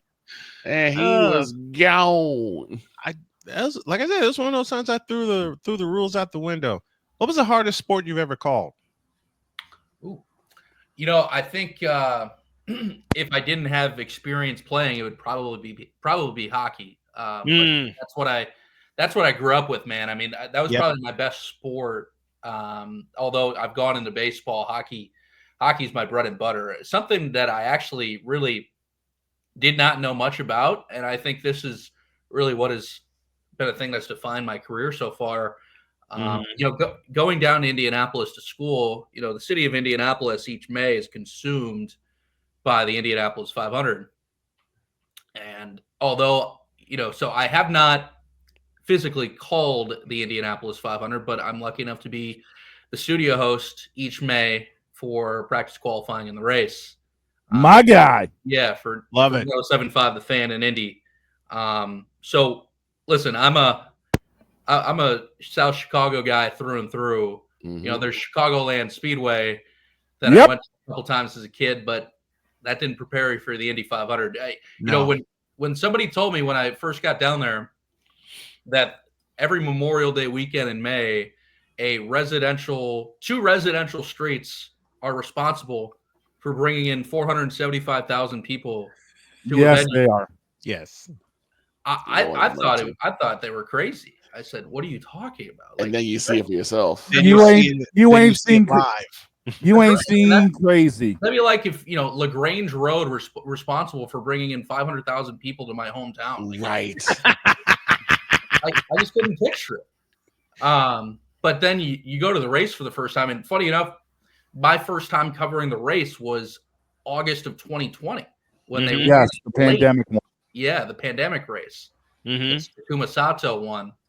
And Yep. then so they were happy enough with what I did that race. And then they brought me back for 21, which was I believe like 60% attendance. Yeah, I think so. Yeah. Even that was amazing because Elio Castro Neves won his 4th Indy 500. 4-time Spider-Man. That's right. And then the next year in 22 was my first time literally seeing it at its brightest spot. It's an animal, dude. Oh my it is God. a complete animal. 500,000 people. You know, I'm covering practice. I'm covering all sections of qualifying. I'm covering the race. It's funny because I'd covered the race twice before that. And they were like, okay, now this is for real. You need to get there at 5 a.m. or else you're going to be Yes. sitting in traffic for the entire morning. So I did. And then this last Indy 500 was crazy because it was delayed due to rain. They got to run it, and you know what they say about the pageantry of that place, guys, where it's literally downpouring from 4 a.m. to 11 a.m. It's a monsoon. You still got people drinking in the infield. They tell people, Oh, dude, that party starts at the start of the month, and it don't end till about 3 days after June. Exactly. You know, there's a lightning warning. They tell people, hey, you need to leave the venue and you need to come back in. People are still and they're not moving. No, they're not moving. There's a party going on in turn 3. They ain't dipping. What are you talking about? There's a party in the infield. There could be a lightning warning. There could be a weather warning. They're not moving. And that's exactly what happened this year. But where it really stood out to me was at like 4 o'clock. The sun pops out. Yep. And I did. Everybody just gets back into the place. They have the flyover. They run the race. Race finishes at dusk. And Joseph Newgarden wins back-to-back Indy 500. With a huge move down the front straightaway. Exactly. So, yeah, long-windedly, I didn't know squat about IndyCar racing about 6 years ago. And now it's one of my more knowledgeable topics. So I love it. It just goes to show you always got to be ready. Same with me when it comes to hockey. Yeah. Many years I've listened to Pat Foley call games, John Weideman. I love listening to him and a few others, but I haven't called a hockey game in 10 years. I'm going to fix that tonight with a virtual call of Edmonton and Vegas at 10 o'clock Eastern just to get the chops ready, because I know there is something out there waiting for me where hockey is part of their season. I know this, I feel this, and I'm going to keep practicing. But you want to talk about a time where I had to deal with a party out front. Uh-oh. There was a state semifinal game one year when a state quarterfinal game, I beg your pardon, when the Brother Rice Crusaders hosted your Lincoln Way East Griffins. They built temporary stands in one of the end zones. Yes. In one of the end zones. That's how much people were wanting to come in and pay and see the game. And Victor was with me. Craig Hill was with me. Wow. And that whole day, we did nothing but prepare for Brother Rice and Lincoln Way East because it was the game of the night. Yeah. It was the game of the night. It was the state playoff game of the night. It was a quarterfinal game. And I'm thinking, how are we going to do this? Because we're used to having games on Friday with the Catholic League, and it's always a 7:30 kickoff. No, that night it was Saturday, and it was 7 o'clock. And Craig was the first one to say we got to move everything up a half hour because of the kickoff time. So what we did was we spread our pregame show from 30. We extended, I beg your pardon, from 30 minutes to an hour because of all the notes we got that Saturday from the good guys at Lincoln Way East and all the notes we got the couple days before from Brother Rice. And here's the crazy thing is that when we got set up, when we first got there, it was probably about quarter full, the stands were. Yep. By the time we finished setting everything up, which probably only took about 10 minutes, I looked up, I looked at Snowman, and I said, Snowman, full. He's like, what? I looked out the window, and this is when Brother Rice had the old press box. When you had to squeeze everybody into that damn box. Yep. Including Mike Minervini, the longtime statistician, all the folks from Lincoln Way East, and the radio guy, I can't remember his name at the time, from Lincoln Way East was like giving me pointers, and I was doing the same for him with names and everything. And he came in and he says, "Who's Brother Rice's voice?" I said, "You're looking at him." And he just looked at me and he smiled and he goes, "Can you help me with some of these pronunciations if I run into it?" I said, "Sure, if you do the same for me." He said, "I got you." Had a ball. Brother Rice may have lost, but had a ball that night. What year was that? 2005. Yeah. 2005. Oh, okay. Yeah, it was a little before my time, but It was 2005 because 2003 we had a big state semifinal game against Lockport, yeah. and that was crazy because that game produced 1,000 yards that night. Mhm. I've called some wild games. What was the wildest? We'll end with this, and we'll both share stories about that. What was the wildest game you've ever called? Man, that's an easy answer. I want to take you back to July 4th, 2017. I was the play-by-play guy in Boise at the time. As mentioned, some pretty crazy bus rides out there. Yes. Let me preface this by saying that summer we played 76 games in 78 days. So add together the shortest bus ride is 6, longest is 14. They sent us, and this is comical, they sent us on a 2-game road trip to Eugene, which is 8 hours, by the way. So we played 2 at our place on what would have been July 2nd and 3rd. And then we played 2 at their place on July 4th and 5th. Yeah. And this is also pre-pitch clock. We played a 20-inning game on the 4th of July, 2017. It took 6.5 hours. What's funny, the Rockies sent us a major league rehab. We had Zach Gimiola pitching for us, who was a Rockies pitcher. He started the game, and then it's funny to look back because Eugene at the time was the affiliate of the Cubs in the Northwest League. And a bunch of guys that played that night for Eugene are guys I had the next year in South Bend. So I got to hear their side of the story of the 20-inning game. So after 9 innings, we came back and tied it, and then we went to extras. And again, this is pre-automatic runner. So there's no automatic runner at second at the time. Yes. So first few extra innings go by the wayside. Nobody does anything. And remember, we had played 2 games at our place in Boise before. There was no off day. So both bullpens were decimated. Completely decimated. Done. They were cooked. Yeah. So Eugene's catcher, his name was Teddy Payne, who was our catcher the next year in South Bend. So I got to ask him about this. This is a catcher through 4 shutout innings in extras. From the 14th through the 18th, the guy threw 4 shutout innings. He's a catcher. So we just continue and continue and continue. And eventually it gets to the 20th. Our guy, his name is JB Moss, former Texas A&M Aggie. The way we won that game was crazy. And again, we had to close out the final 3 outs on the bottom of the 20th. The game-winning hit for us was a inside the park grand slam. What? Bases loaded, ball hit to dead center, hits off the center field wall, takes a crazy hop.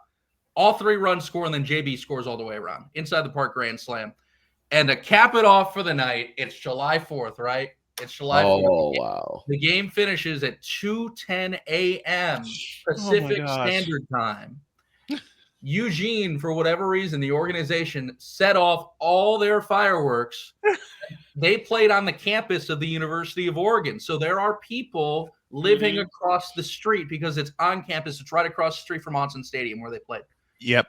They set off all the fireworks at 2 a.m. and the next morning had to issue a public apology to the people because they were fined by the city of Eugene. Boise Hawks win the ball game in 20 innings. Oh my gosh. Here's my craziest game. Brother Rice and St. Rita, 2002. Now, when I got to St. Rita, it was sunny. Nothing. Okay, this is going to be a cool game. It's 79 degrees. I'm like, okay, I'm fine. I'm in a shirt and tie. The clouds started rolling in as I climbed up into the booth, but then they had to send me up on the roof because everybody in Chicago was covering that game. It was number 3 versus number 2. I swear to you, I did not know what was going to happen. It was 14 apiece. St. Rita just got a long play coupled with a 15-yard penalty for a face mask. Brother Rice spends a timeout. I stopped rolling and I said, please end this. I'm soaked to the bone, and I want to go home. I lost my umbrella. It's flying up 79th Street somewhere thanks to a 20-mile-an-hour gust of wind. I had to protect my equipment from the rain that was coming down. I'm getting soaked. And all I had was a trench coat with me to protect me. You know, that game went 6 overtimes. Man. 4.5 hours later, my shoes are ruined. I'm coming downstairs. I'm getting applause from the St. Rita folks. Like, what? I just did a game. Like, you stuck with it in those horrible conditions. Yes. I've been through worse. Yes, you did. I walked through the crowd, and you know, Catholic League football is an experience. Okay, the tailgating is a bigger experience. The tailgating is a party. All right. So I'm walking through the crowd. I'm getting ready to go to the bus. Someone stops me from the St. Rita crowd, from the St. Rita part of this. Said, "Did you call that game up on the roof?" Yes, I did. He hands me 2 plates worth of food. And then some of the parents are like, "What do you want to do?" "I want to go home and I want to go to bed." I got home. I put the food in the fridge. My dad's laughing at me because I'm soaked. And he said, "How much beer did you get?" I'm like, "They didn't give me any beer this time," until I reached in my pocket and found 4 of them. That Saturday, Victor called me. "What are you doing?" "I'm drinking beer and I'm eating food and I'm going to bed early." Yeah. Yeah. Well, I didn't blame him either. No, I was about to say, boss, you know my wildest day I've had in broadcasting. To reiterate for those who weren't around, earlier in the year, Droid and I were doing kind of a cross between a watch party and commentating for the NASCAR races. Yep. We started the year with the Daytona debacle. 8 hours of coverage on a Monday night. And this is after he did the Super Bowl with me. The week prior. 3.5 hours of Super Bowl coverage. Then I back it in to 8 hours of NASCAR coverage. I don't know what I was thinking for those 8 hours. We made it work. My voice was shot. I was dragging tail in here the next day. Yep. But 8 hours of NASCAR from Daytona. And then we had to couple it with the Atlanta week after that with that triple finish. Oh, gosh. There have been some wild games with us broadcasters. Brendan King, the voice of the South Bend Cubs, joining me. He also does sports for ESPN Plus. Thank you so much for coming aboard, my man. It's a pleasure, and we'd love to have you back sometime. Pleasure's all mine, guys. Appreciate you having me. Thank you. Thank you.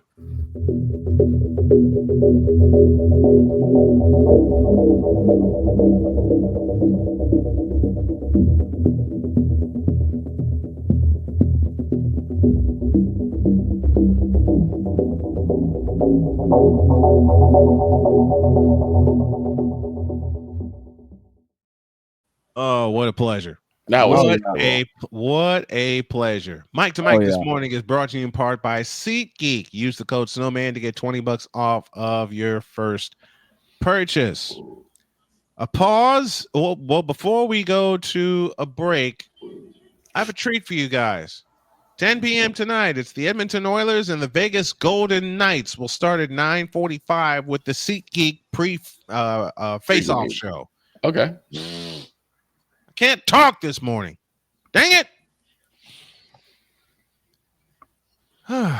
Okay, now we got that out of the way. Once again, the Edmonton Oilers and the Vegas Golden Knights. Yours truly, Brian Snow, will be on the call. We'll also be monitoring Golden State and Denver. Can Golden State stop a 4-game losing streak? All right, we're done with period 2 and period 3.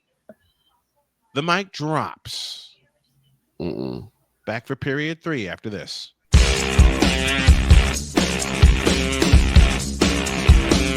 This is Snowman in the Morning.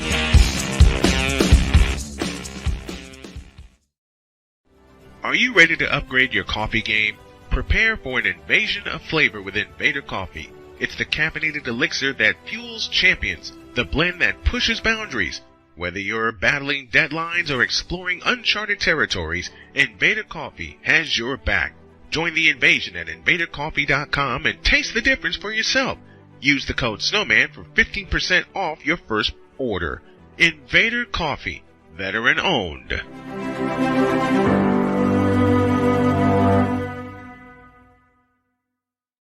One of the great things about ordering meals from Mother of Macros is that you can do it from the comfort of your own home.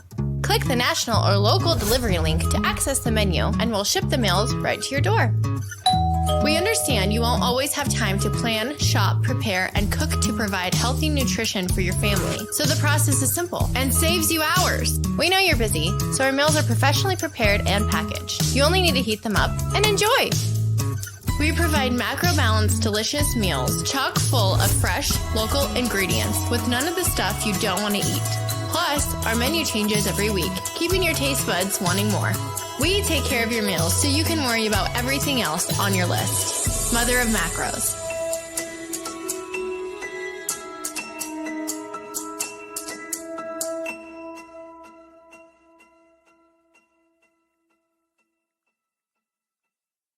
SeatGeek is the ticketing app for fans like the High Five Strangers guy. Game-winning interception. First down. Just a nice, solid tackle. If you're in arm's length, you will be swapping skin with this extrovert. You see, he knows SeatGeek got him a great deal on tickets, so he can focus on what he does best, smacking palms. SeatGeek handles the tickets to sports, concerts, and more, so fans can fan. Quinn. Moment of clarity. I haven't watched BT in years. KP. Drake needs to come back with another triple platinum album. E Digger. And then you have Ray J. Like, I can't stand that River Cricket. The Guru. Okay, the level of crack she's smoking, I don't want it. BS3 Network proudly presents the Knucklehead Chronicles podcast, where from card tips to hot topics to meet beep of the week, anything goes. Live every Sunday at 2:30 p.m. Central.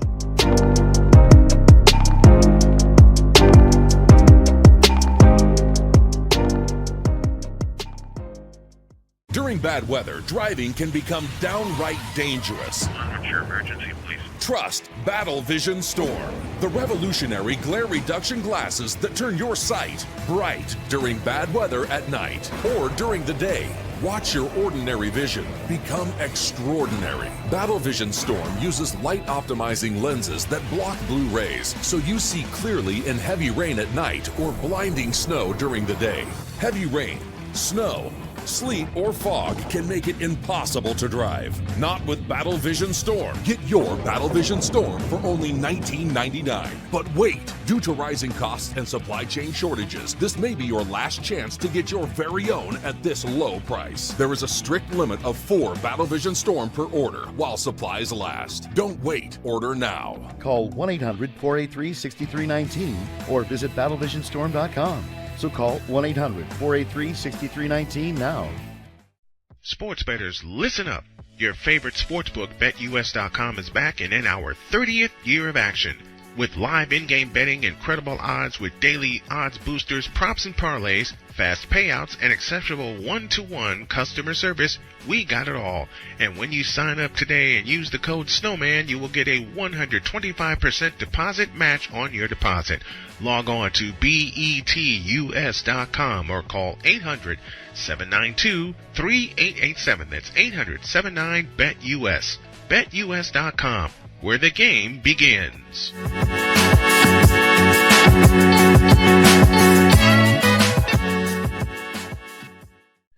Attention sports fans, looking for the ultimate gear and apparel to show your team pride? Look no further than Fanatics, the #1 destination for sports enthusiasts. Visit snowmanmultimediasports.com today and shop a wide selection of officially licensed merchandise from your favorite teams and players.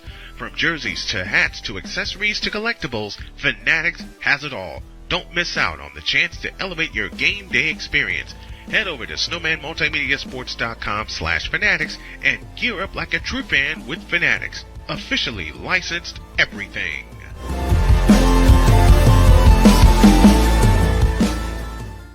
It's no secret. Today's consumer wants convenience and likes things on the go. They want to be listened to and receive instant solutions to their queries. This can often make or break the customer service experience. That's why it makes convenient interactions easy for you. Whether your customers want to connect with you via text, Facebook Messenger, Google, Instagram, or website, all messages now come to the one easy-to-use inbox, so you don't have to check a dozen different sites from the platform. From here, you can send SMS or email, answer questions, schedule appointments, take payments, and close more deals simply by messaging back and forth with your customers. When someone searches for a business like yours, they will look at your reviews. So unless you have more positive reviews, they'll choose someone else. Luck makes it easy to collect hundreds or even thousands of reviews from your customers. Simply send a review invitation or create automation that requests customer reviews right after the sale, or maybe right after a service is completed. It will take them 30 seconds or less to leave the review. Now those reviews will show up on the search result and increase your ranking that matters most. Plus, our advanced reporting will show you exactly where your leads are coming from and if your website or ads are doing their job. So why are you waiting? Put your business way in front of your competitors, get more leads, convert more of those leads to paying customers by getting started with today. Mister? How do you operate this Twitter thing or this Instagram thing or whatever the heck? You're supposed to know all this stuff. Anyway, welcome back to the show. Waiting on Mike Drop Moran to join us as we are in the midst of hour 3 of Snowman in the Morning, and been pretty smooth. I mean, yesterday it has. got slammed with a headache, but hey, that happens to all of us. You're not wrong. Again, I want to apologize to everybody that was worried about me yesterday. I am fine. I am doing better, and we're rolling right along here. As I said, Mike Drop Moran. I know something about headaches. Trust me. We all do. I'm not. I love it. And if you watch anything from the Cowboys, Chicago Bears, you know about headaches as well. And dear God. The Los Angeles Lakers. And Lakers as well. And the Lakers. Listen, this past weekend, or Friday, Friday to be exact, my wife woke me up and she said, "You know what I'm going to do? This is what you're going to do, baby. I'm going to go Black Friday shopping." And immediately my eyes got big, and I'm like, "Huh? Right? Why are you doing that?" She says, "Oh, trust me. I know what I'm going to get. I know where I'm going to get it. It won't be that bad." I'm still worried. Of course. I'm still worried. She says, I'll be fine. She put on a fashion show for me. And I couldn't stop drooling. That's all I'll say. Nice. That's all I'll say. As much as I've talked up Jody on this show, before we did the Chicago Football Classic, I called Victor. I called my buddy James McCallum. And I said, "Look, I'm coming home and I'm doing the Football Classic, and y'all are coming with me." Mm-hmm. Victor said something to me that's a hell of a compliment. After we left to come back here, Victor called me and he said, "I understand now." Understand what? I'm half asleep when he called me. He said, "I understand now." Understand what? The connection with you and Jody. What? He said, "The way you guys are so playful with each other and the way you talk to each other and everything." I said, "Jody's my honey. I love her dearly." Right. I guess, and I'm not putting Victor in this bunch, but some people just needed to see it. Yeah. Yeah. Some people just needed to see it, and I understand that. Right. I understand that. Kenneth Clark is with us. Kenneth, where are you coming in from? We want to shout you out properly. He says, "Hey, Snowman, how are you doing today?" "I'm doing good today." "And when is your next sports live stream?" "It's tonight." It's tonight, and it's a late one. It's 10 p.m. The Edmonton Oilers and the Vegas Golden Knights. I've had so many people ask me, when are you going to do a hockey game? We know you can knock out basketball and football and baseball. When are you going to do a hockey game? Well, I'm going to test my chops tonight. with hockey, and I'm also going to test my chops with the PWHL here pretty soon. Just a matter of getting, excuse me, just a matter of getting the schedule together. You know, speaking of that, I think somebody that we both know who knows a little something about that just arrived. Hold on to your seats, kids.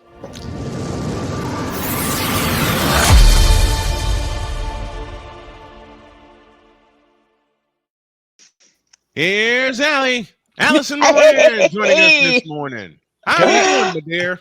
Doing awesome. How about you guys? Oh, we're doing great. I have to ask a question. You have a question? I do. Miss Moran, I have to ask the question. Oh, no. Yes. Oh, so formal. Braced. How do you feel now that we, as the Chicago Bears group, have finally gotten rid of Matt Eberfools or Matt Eberflus after that debacle against Detroit? The greatest Thanksgiving gift anybody ever gave us was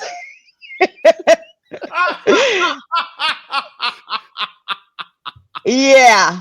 I gotta tell Allie this story. Jody and I were driving home from the in-laws. We didn't see the final 2 minutes. We left when there was like 10 minutes left in the game because we figured, okay, Detroit's got this wrapped up. We had a long drive home.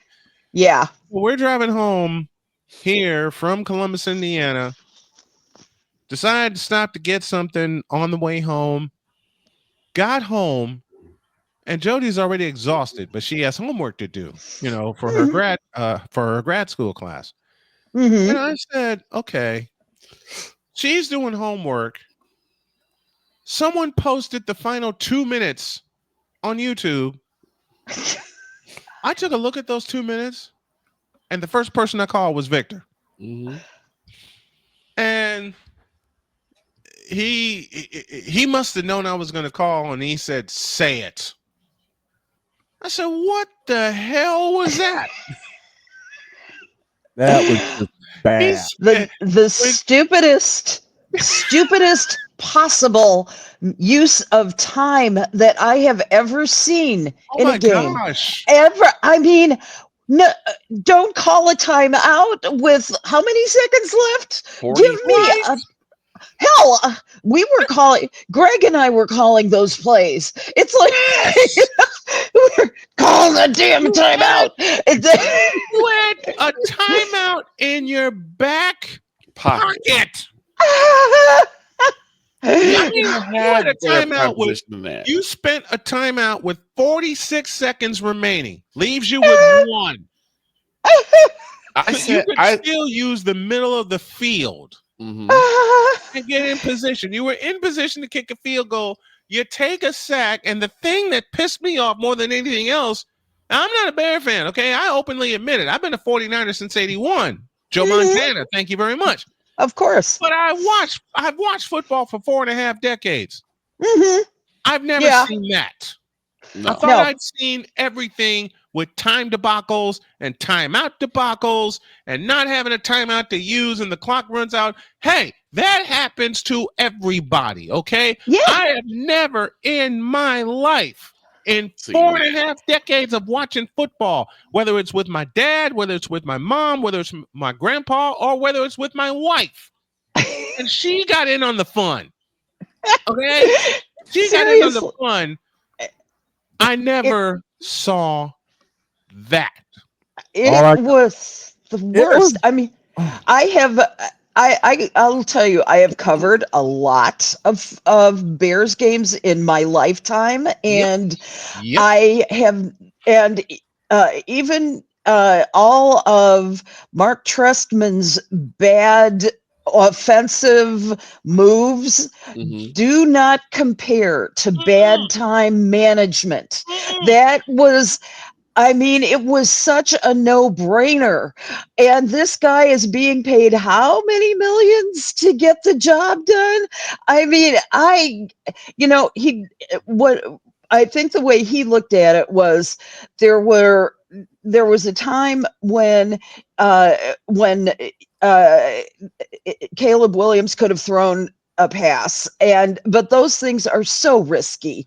I mean, Thrown an all incompletion for God's sakes. yeah, and so I think he took a gamble and lost big, but I and but I still say that he'd proven very thoroughly over the past 5 weeks that there was no way that he should be the Bears coach for another second. And I'm glad they're moved on. I'm glad they've got this guy in now. I don't know, time will tell what's going to happen with the former offensive coordinator, but we'll see. We'll just see what happens When they over the brought next in few Shane weeks. Waldron, when the Bears brought in Shane Waldron from Seattle, and I got word, I got wind of that. Yeah. And I said, the Bears hired who as their offensive coordinator? I looked Waldron. this guy up, and he's coming from Seattle. Yeah.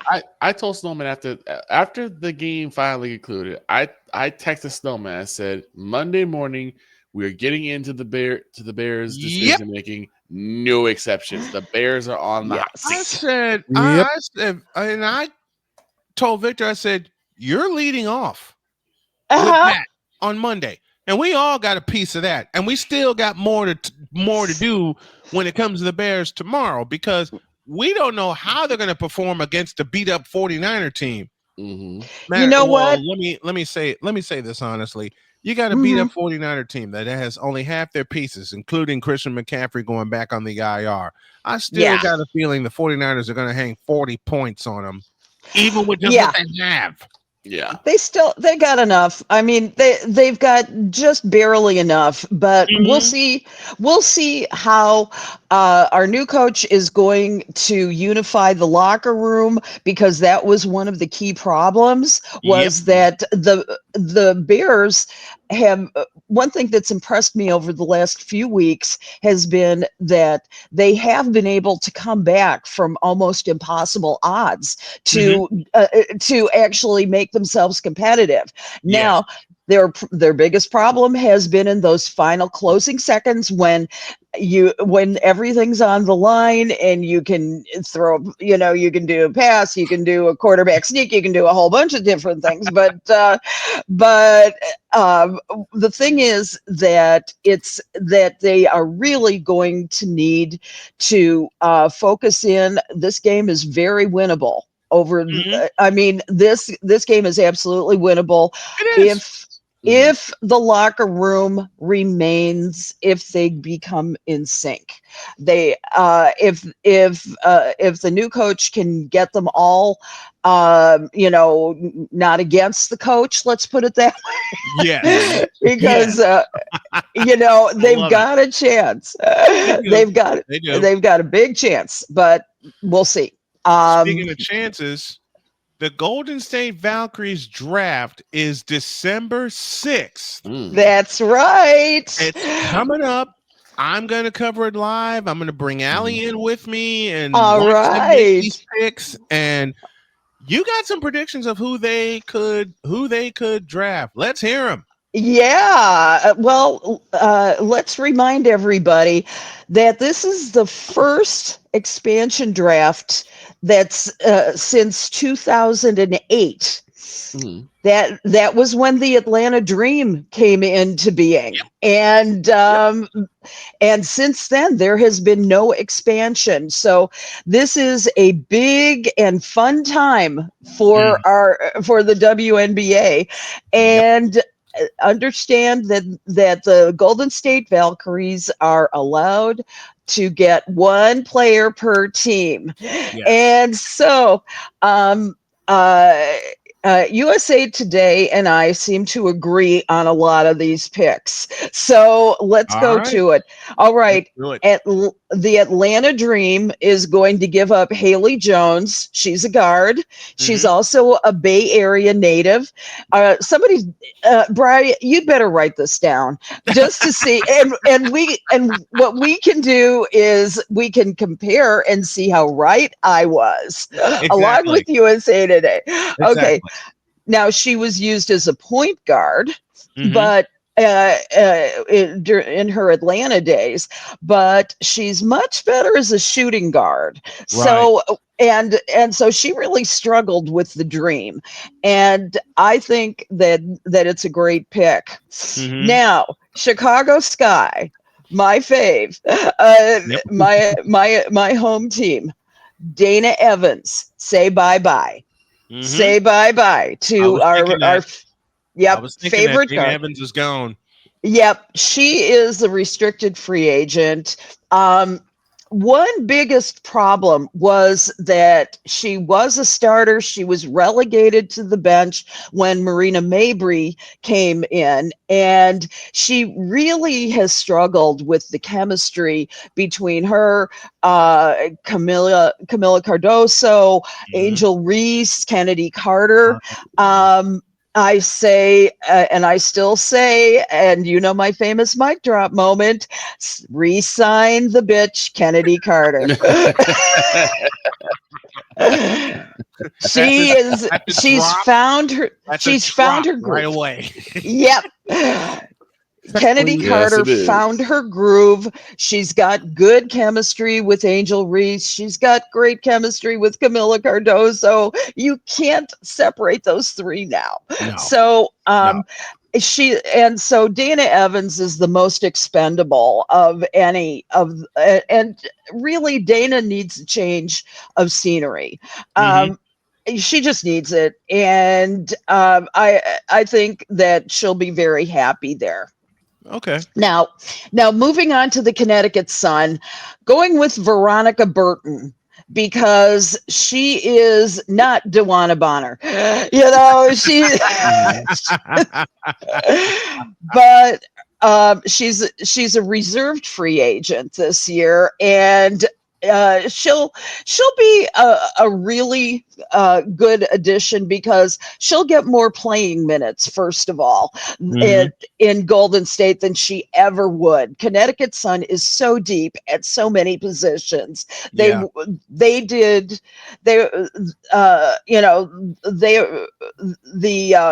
Sun is inches from being back in the finals. You know, they are just inches away. So let's hope that. All righty, let's move on to the Dallas Wings now. Kalani Brown, say bye-bye. The center. Yep. She is let's say, she averaged 11.7 points over the season, but she is more expendable than Satu Sabali or Tira McCowan. So the thing is that there are a lot of folks that that the Wings need to hang on to, because they had a losing season, but they're going to have to do some. Their core has been relatively good, so they only need a bit to get themselves back in playoff contention. So because of that, Kalani Brown is the most expendable of those individuals. So the Indiana Fever, let's move Caitlin Clark out, right?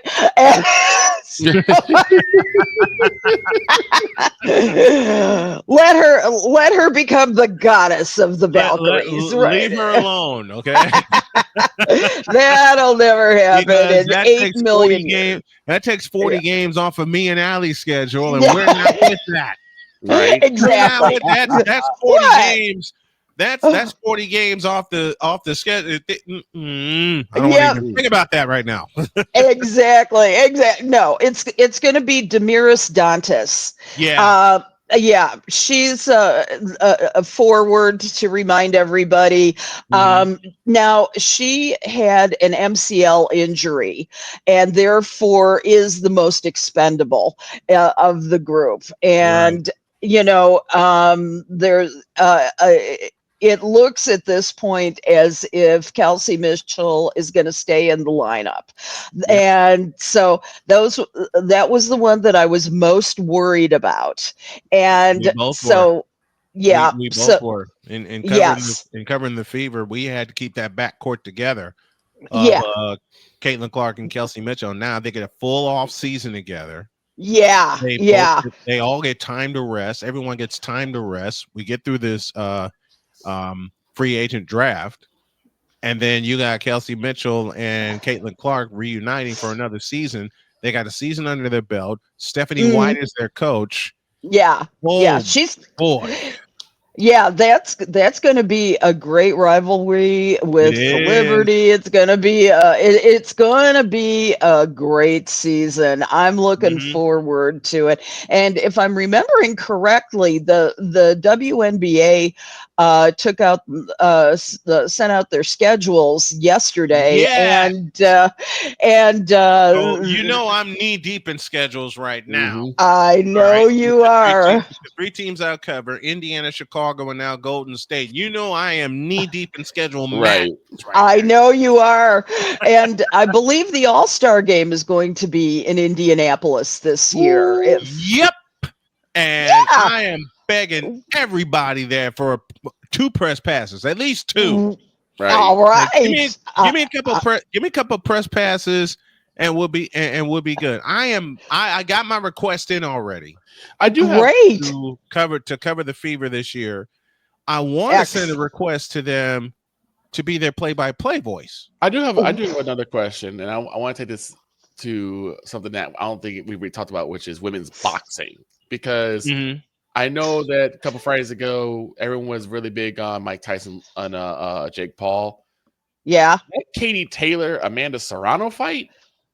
Yeah, I've heard that. I don't cover and haven't covered much in the way of women's boxing as a general rule, but I know enough about it to be dangerous, and I'd say look out for Katie Taylor. Yeah, It was a vicious fight, back and forth. It was entertaining fight. I didn't see it. Yeah, tell me about it. It was one of the more entertaining fights of the night. Back and forth all the way. Amanda had got some really good shots in the early round, but Kay was able to hold on. And then of course, Amanda suffered a really nasty cut on her eyelid. Almost like it was about to peel off. It was really tough to look at, but these women were just so adamant, like they were really in their boxing, and I'm like, I wonder, like there needs to be a little bit more spotlight on the women's boxing scene as well. You're right about that. There has never been quite the spotlight on women's boxing, women's wrestling, things like that. And women's volleyball, for that matter. I mean, such incredible sport. I'm gonna fix that. A wise idea. I got all kinds of plans to fix that. I know you do. And the thing is, the men in my life express such surprise when women display aggression, and that shouldn't be the case, because hell, I've been a Spitfire. I'm a Spitfire, for God's sakes. I've covered women's sports since 1995. I'm one of the few men in her life that ain't surprised, because I've seen it. Yeah, it's so funny, because it's like, women, since the advent of Title IX over 50 years ago, have been that kind of aggressive, and they have been how do I want to say, taught into being that kind of aggressive. And this shouldn't be a surprise to anybody under the age of 35 that that women can be aggressive, that they trash talk, that they're in that they can get as violent as any man out there. And I mean, I was taught out of it. When I was a kid, it was always, "Oh, come on, don't do that." You women are polite. Girlies are polite, and I'm going, ladylike, right? Screw that. Exactly. Thank you. Thank you, Allie. Thank you. Oh yeah. Oh yeah, I heard the same teachings from my mother, even up until my first year broadcasting volleyball, which was 1997. Good Lord. My mother kept saying the same thing about women being aggressive. They can't. They can't be. They can't be aggressive. I look at my mother and go, "You want to bet?" They absolutely And this can. was They after my absolutely first year covering women's basketball at Chicago State. The 96-97 seasons when I did basketball and I coupled it with volleyball. And, women can't be that aggressive. I think. Oh yeah. I think it's a matter of like we know, like they know women can be aggressive, but it's one of the few times where you see them actually like in a contact physical sport like boxing. Exactamundo. Sure. Like you But look see how brutality in basketball, absolutely. Yeah. But look how long has it been since Clint Eastwood made $1 Million Baby? I mean, Right. Look at that's been well over 20 years, and you saw just a little piece of that world. Yes. And it was aggressive. People do fight dirty. It shouldn't. I mean, that's a generation. It shouldn't be a surprise at It all. shouldn't be a No. And but why is it still, Allie, such a surprise when they see that? In your opinion, why do you think it's still such a surprise? I think it's just what people have grown up with Mm-hmm. for, and they're breeding that girls still are some kind of, how do I want to say, that girls are somehow supposed to be demure. I think Lord, that there's that's what I was going for too. That's exactly what I was going for. Yep. And the thing is that, I mean, I didn't never realized how lucky I was to grow up with parents who told me that I could do anything I wanted to do. And then I run up against the River Forest Park District, who tells me that I can't play t-ball. I can't be in Little League. Right. Say no more. But Been there. I think, say no more. I guest lectured for a now retired professor at Columbia College, and one of the women asked me, one of the students asked me about whether if there were ever going to be a time that women would be truly accepted as just another person in the locker room or in the booth. And Howard Schlossberg was his name, and he interjected. He said, "More people like me have to die."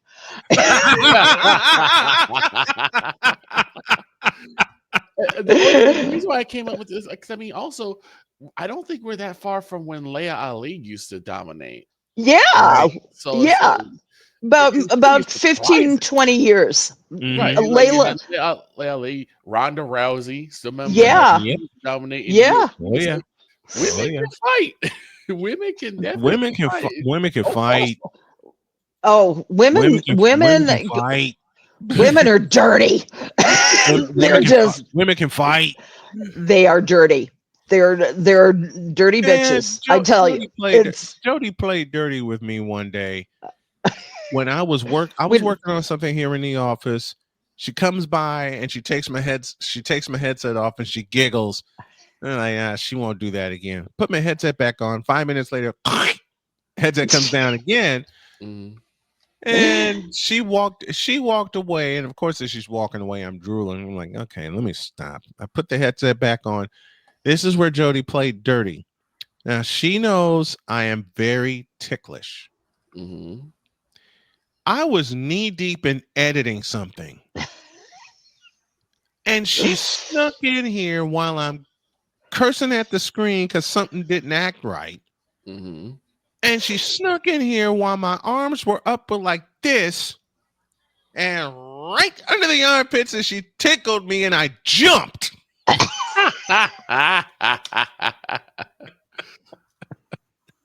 There have been so many times Jody has fought dirty, even on the air. Even when the guys hear her on the air. Oh dear God, yes. Yep.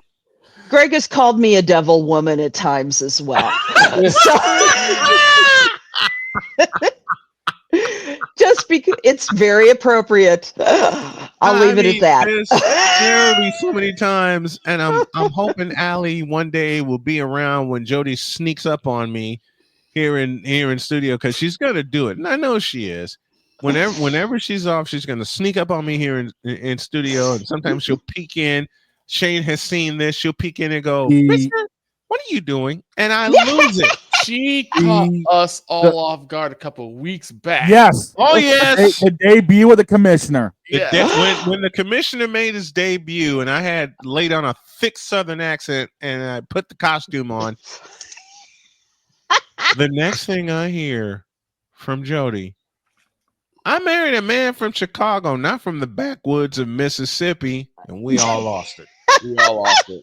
After she also said some choice words after that. Right. I love it. That was I love it. I signed off. I went in the kitchen and was laughing my head off. Man. And she said, "I hope it wasn't too rude." I'm like, "Baby, you sold the show, okay?" Yeah. I told her, "Baby, you stole the show with that." And I love that. She says, "You're not mad that I came in?" I'm like, "Are you kidding? You're part of the." I told Jody a long time ago, "You met my guys. You're a part of the crew now." Absolutely. Exactly. Absolutely. Oh my God. Absolutely. Jody is love that. Jody is such a sweetheart, and See? she's been the one that's been giving me the hint to cover more women's sports, which I am doing. I love that woman. I love that woman. Never let her go. Never, never, never, never, never. Yeah. See that? Snowman I love that. This is a permanent talus. I'm so glad. Yes. This is a permanent talus, because this woman has rescued me 3 separate times. I'm gonna ask you guys this question too, because you guys just talked about the All-Star game for the WNBA. Can we expect to see Sabrina Ionescu versus Steph Curry too? I would love that. I would. I'd pay for that.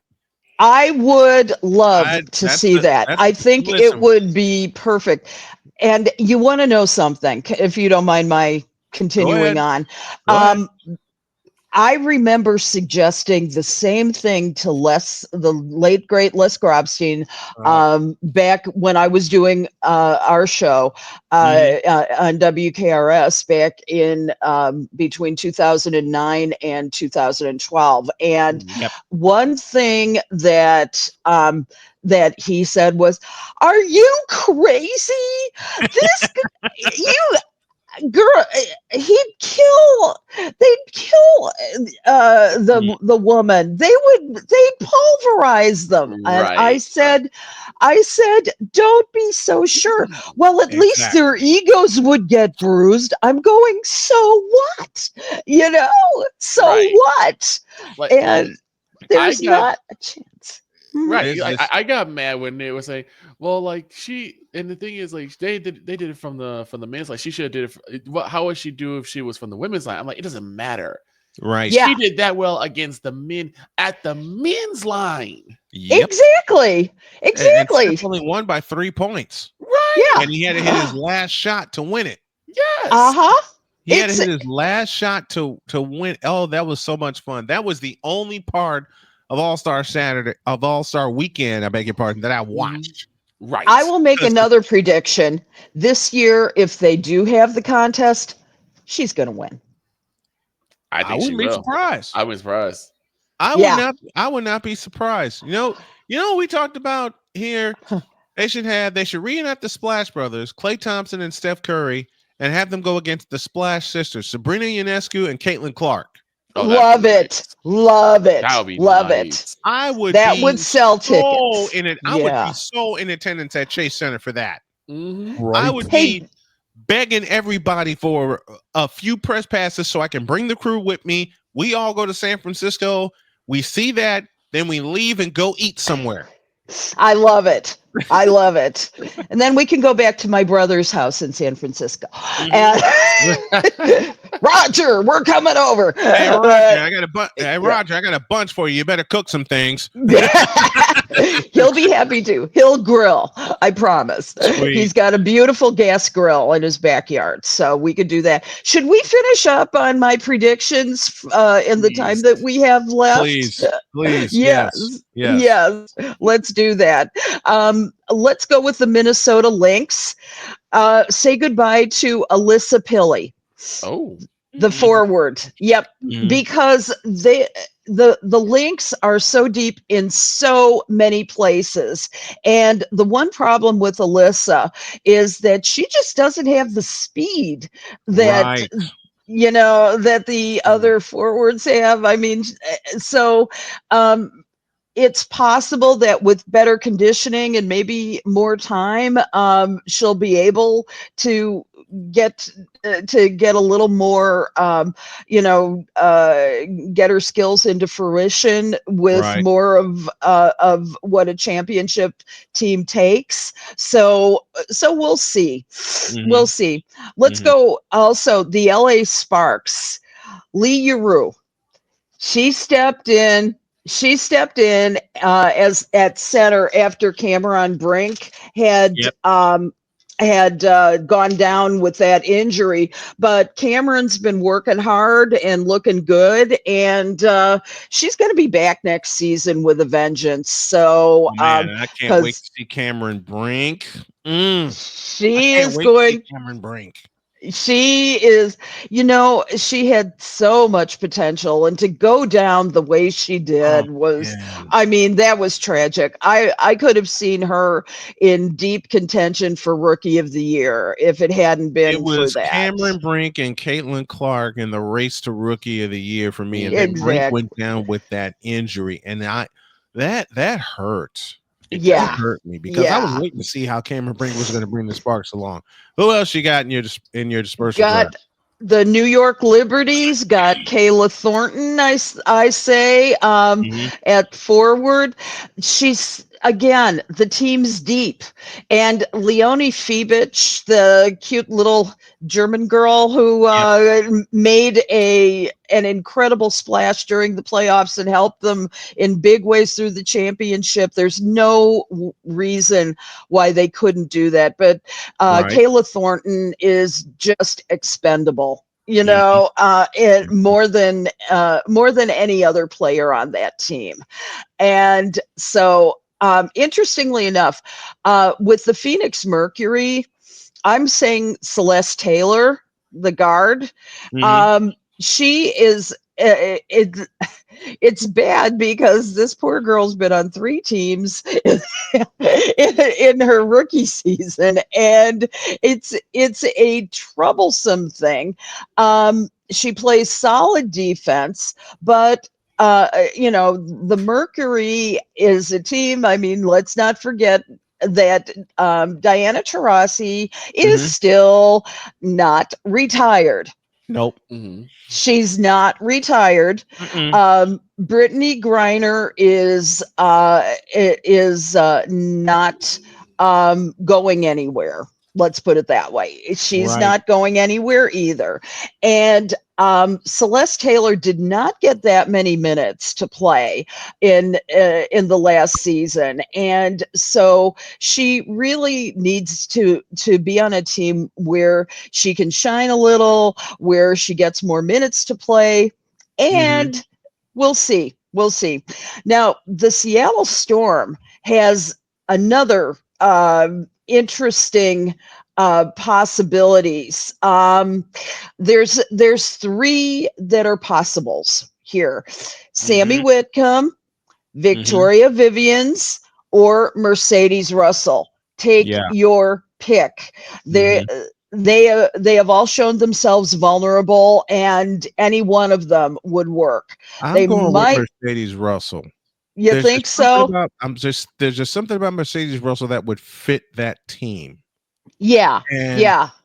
I think a new start for her would be huge. It would be. Yeah, I agree. I mean, Jewel Lloyd is going to be around for like 50 years, so there's no way she'll be around for a long time. But yeah, and I mean the core group is terrific there, so that's what I'm thinking. Finally, the Washington Mystics. You've got Brittany Sykes. That's my prediction. Mostly because as a guard, she's aging. Let's put it that way. She's aging, but her age and her experience is going to be a real asset, and it'll help that young team. And the Mystics are kind of a mess right now anyway. Okay, so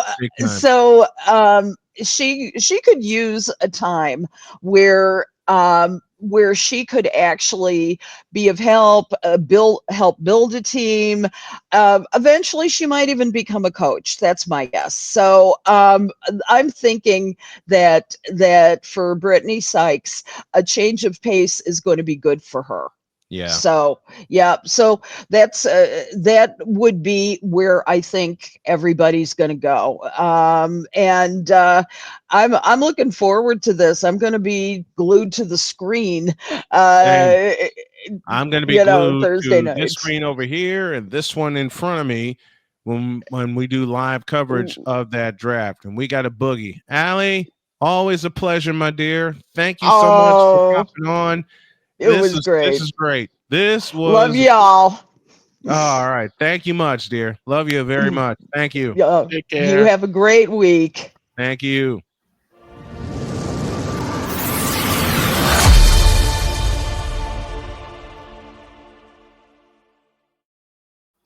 How can you go wrong with a little mic drop Moran to close things out? Exactly, man. That's our first 3 hour. That's our first 3 hour show. It's complete, and it went very, very smooth. It really I think did. it's going to even smoother than that. By the way, this is on the way.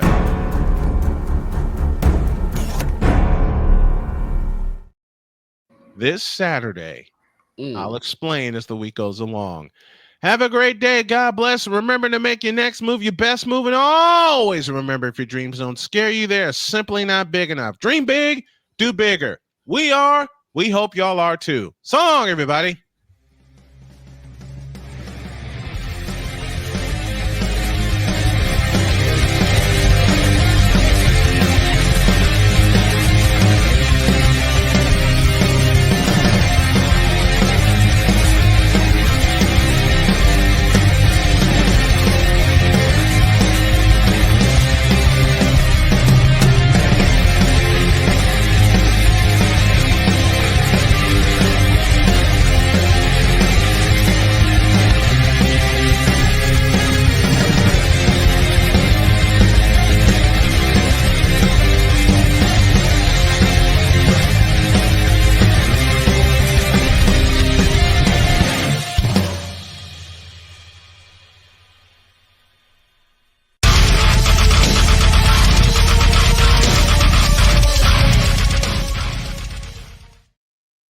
Don't forget tomorrow, Bronzexual Confessions. Lots of them for hour 3. We're out of here.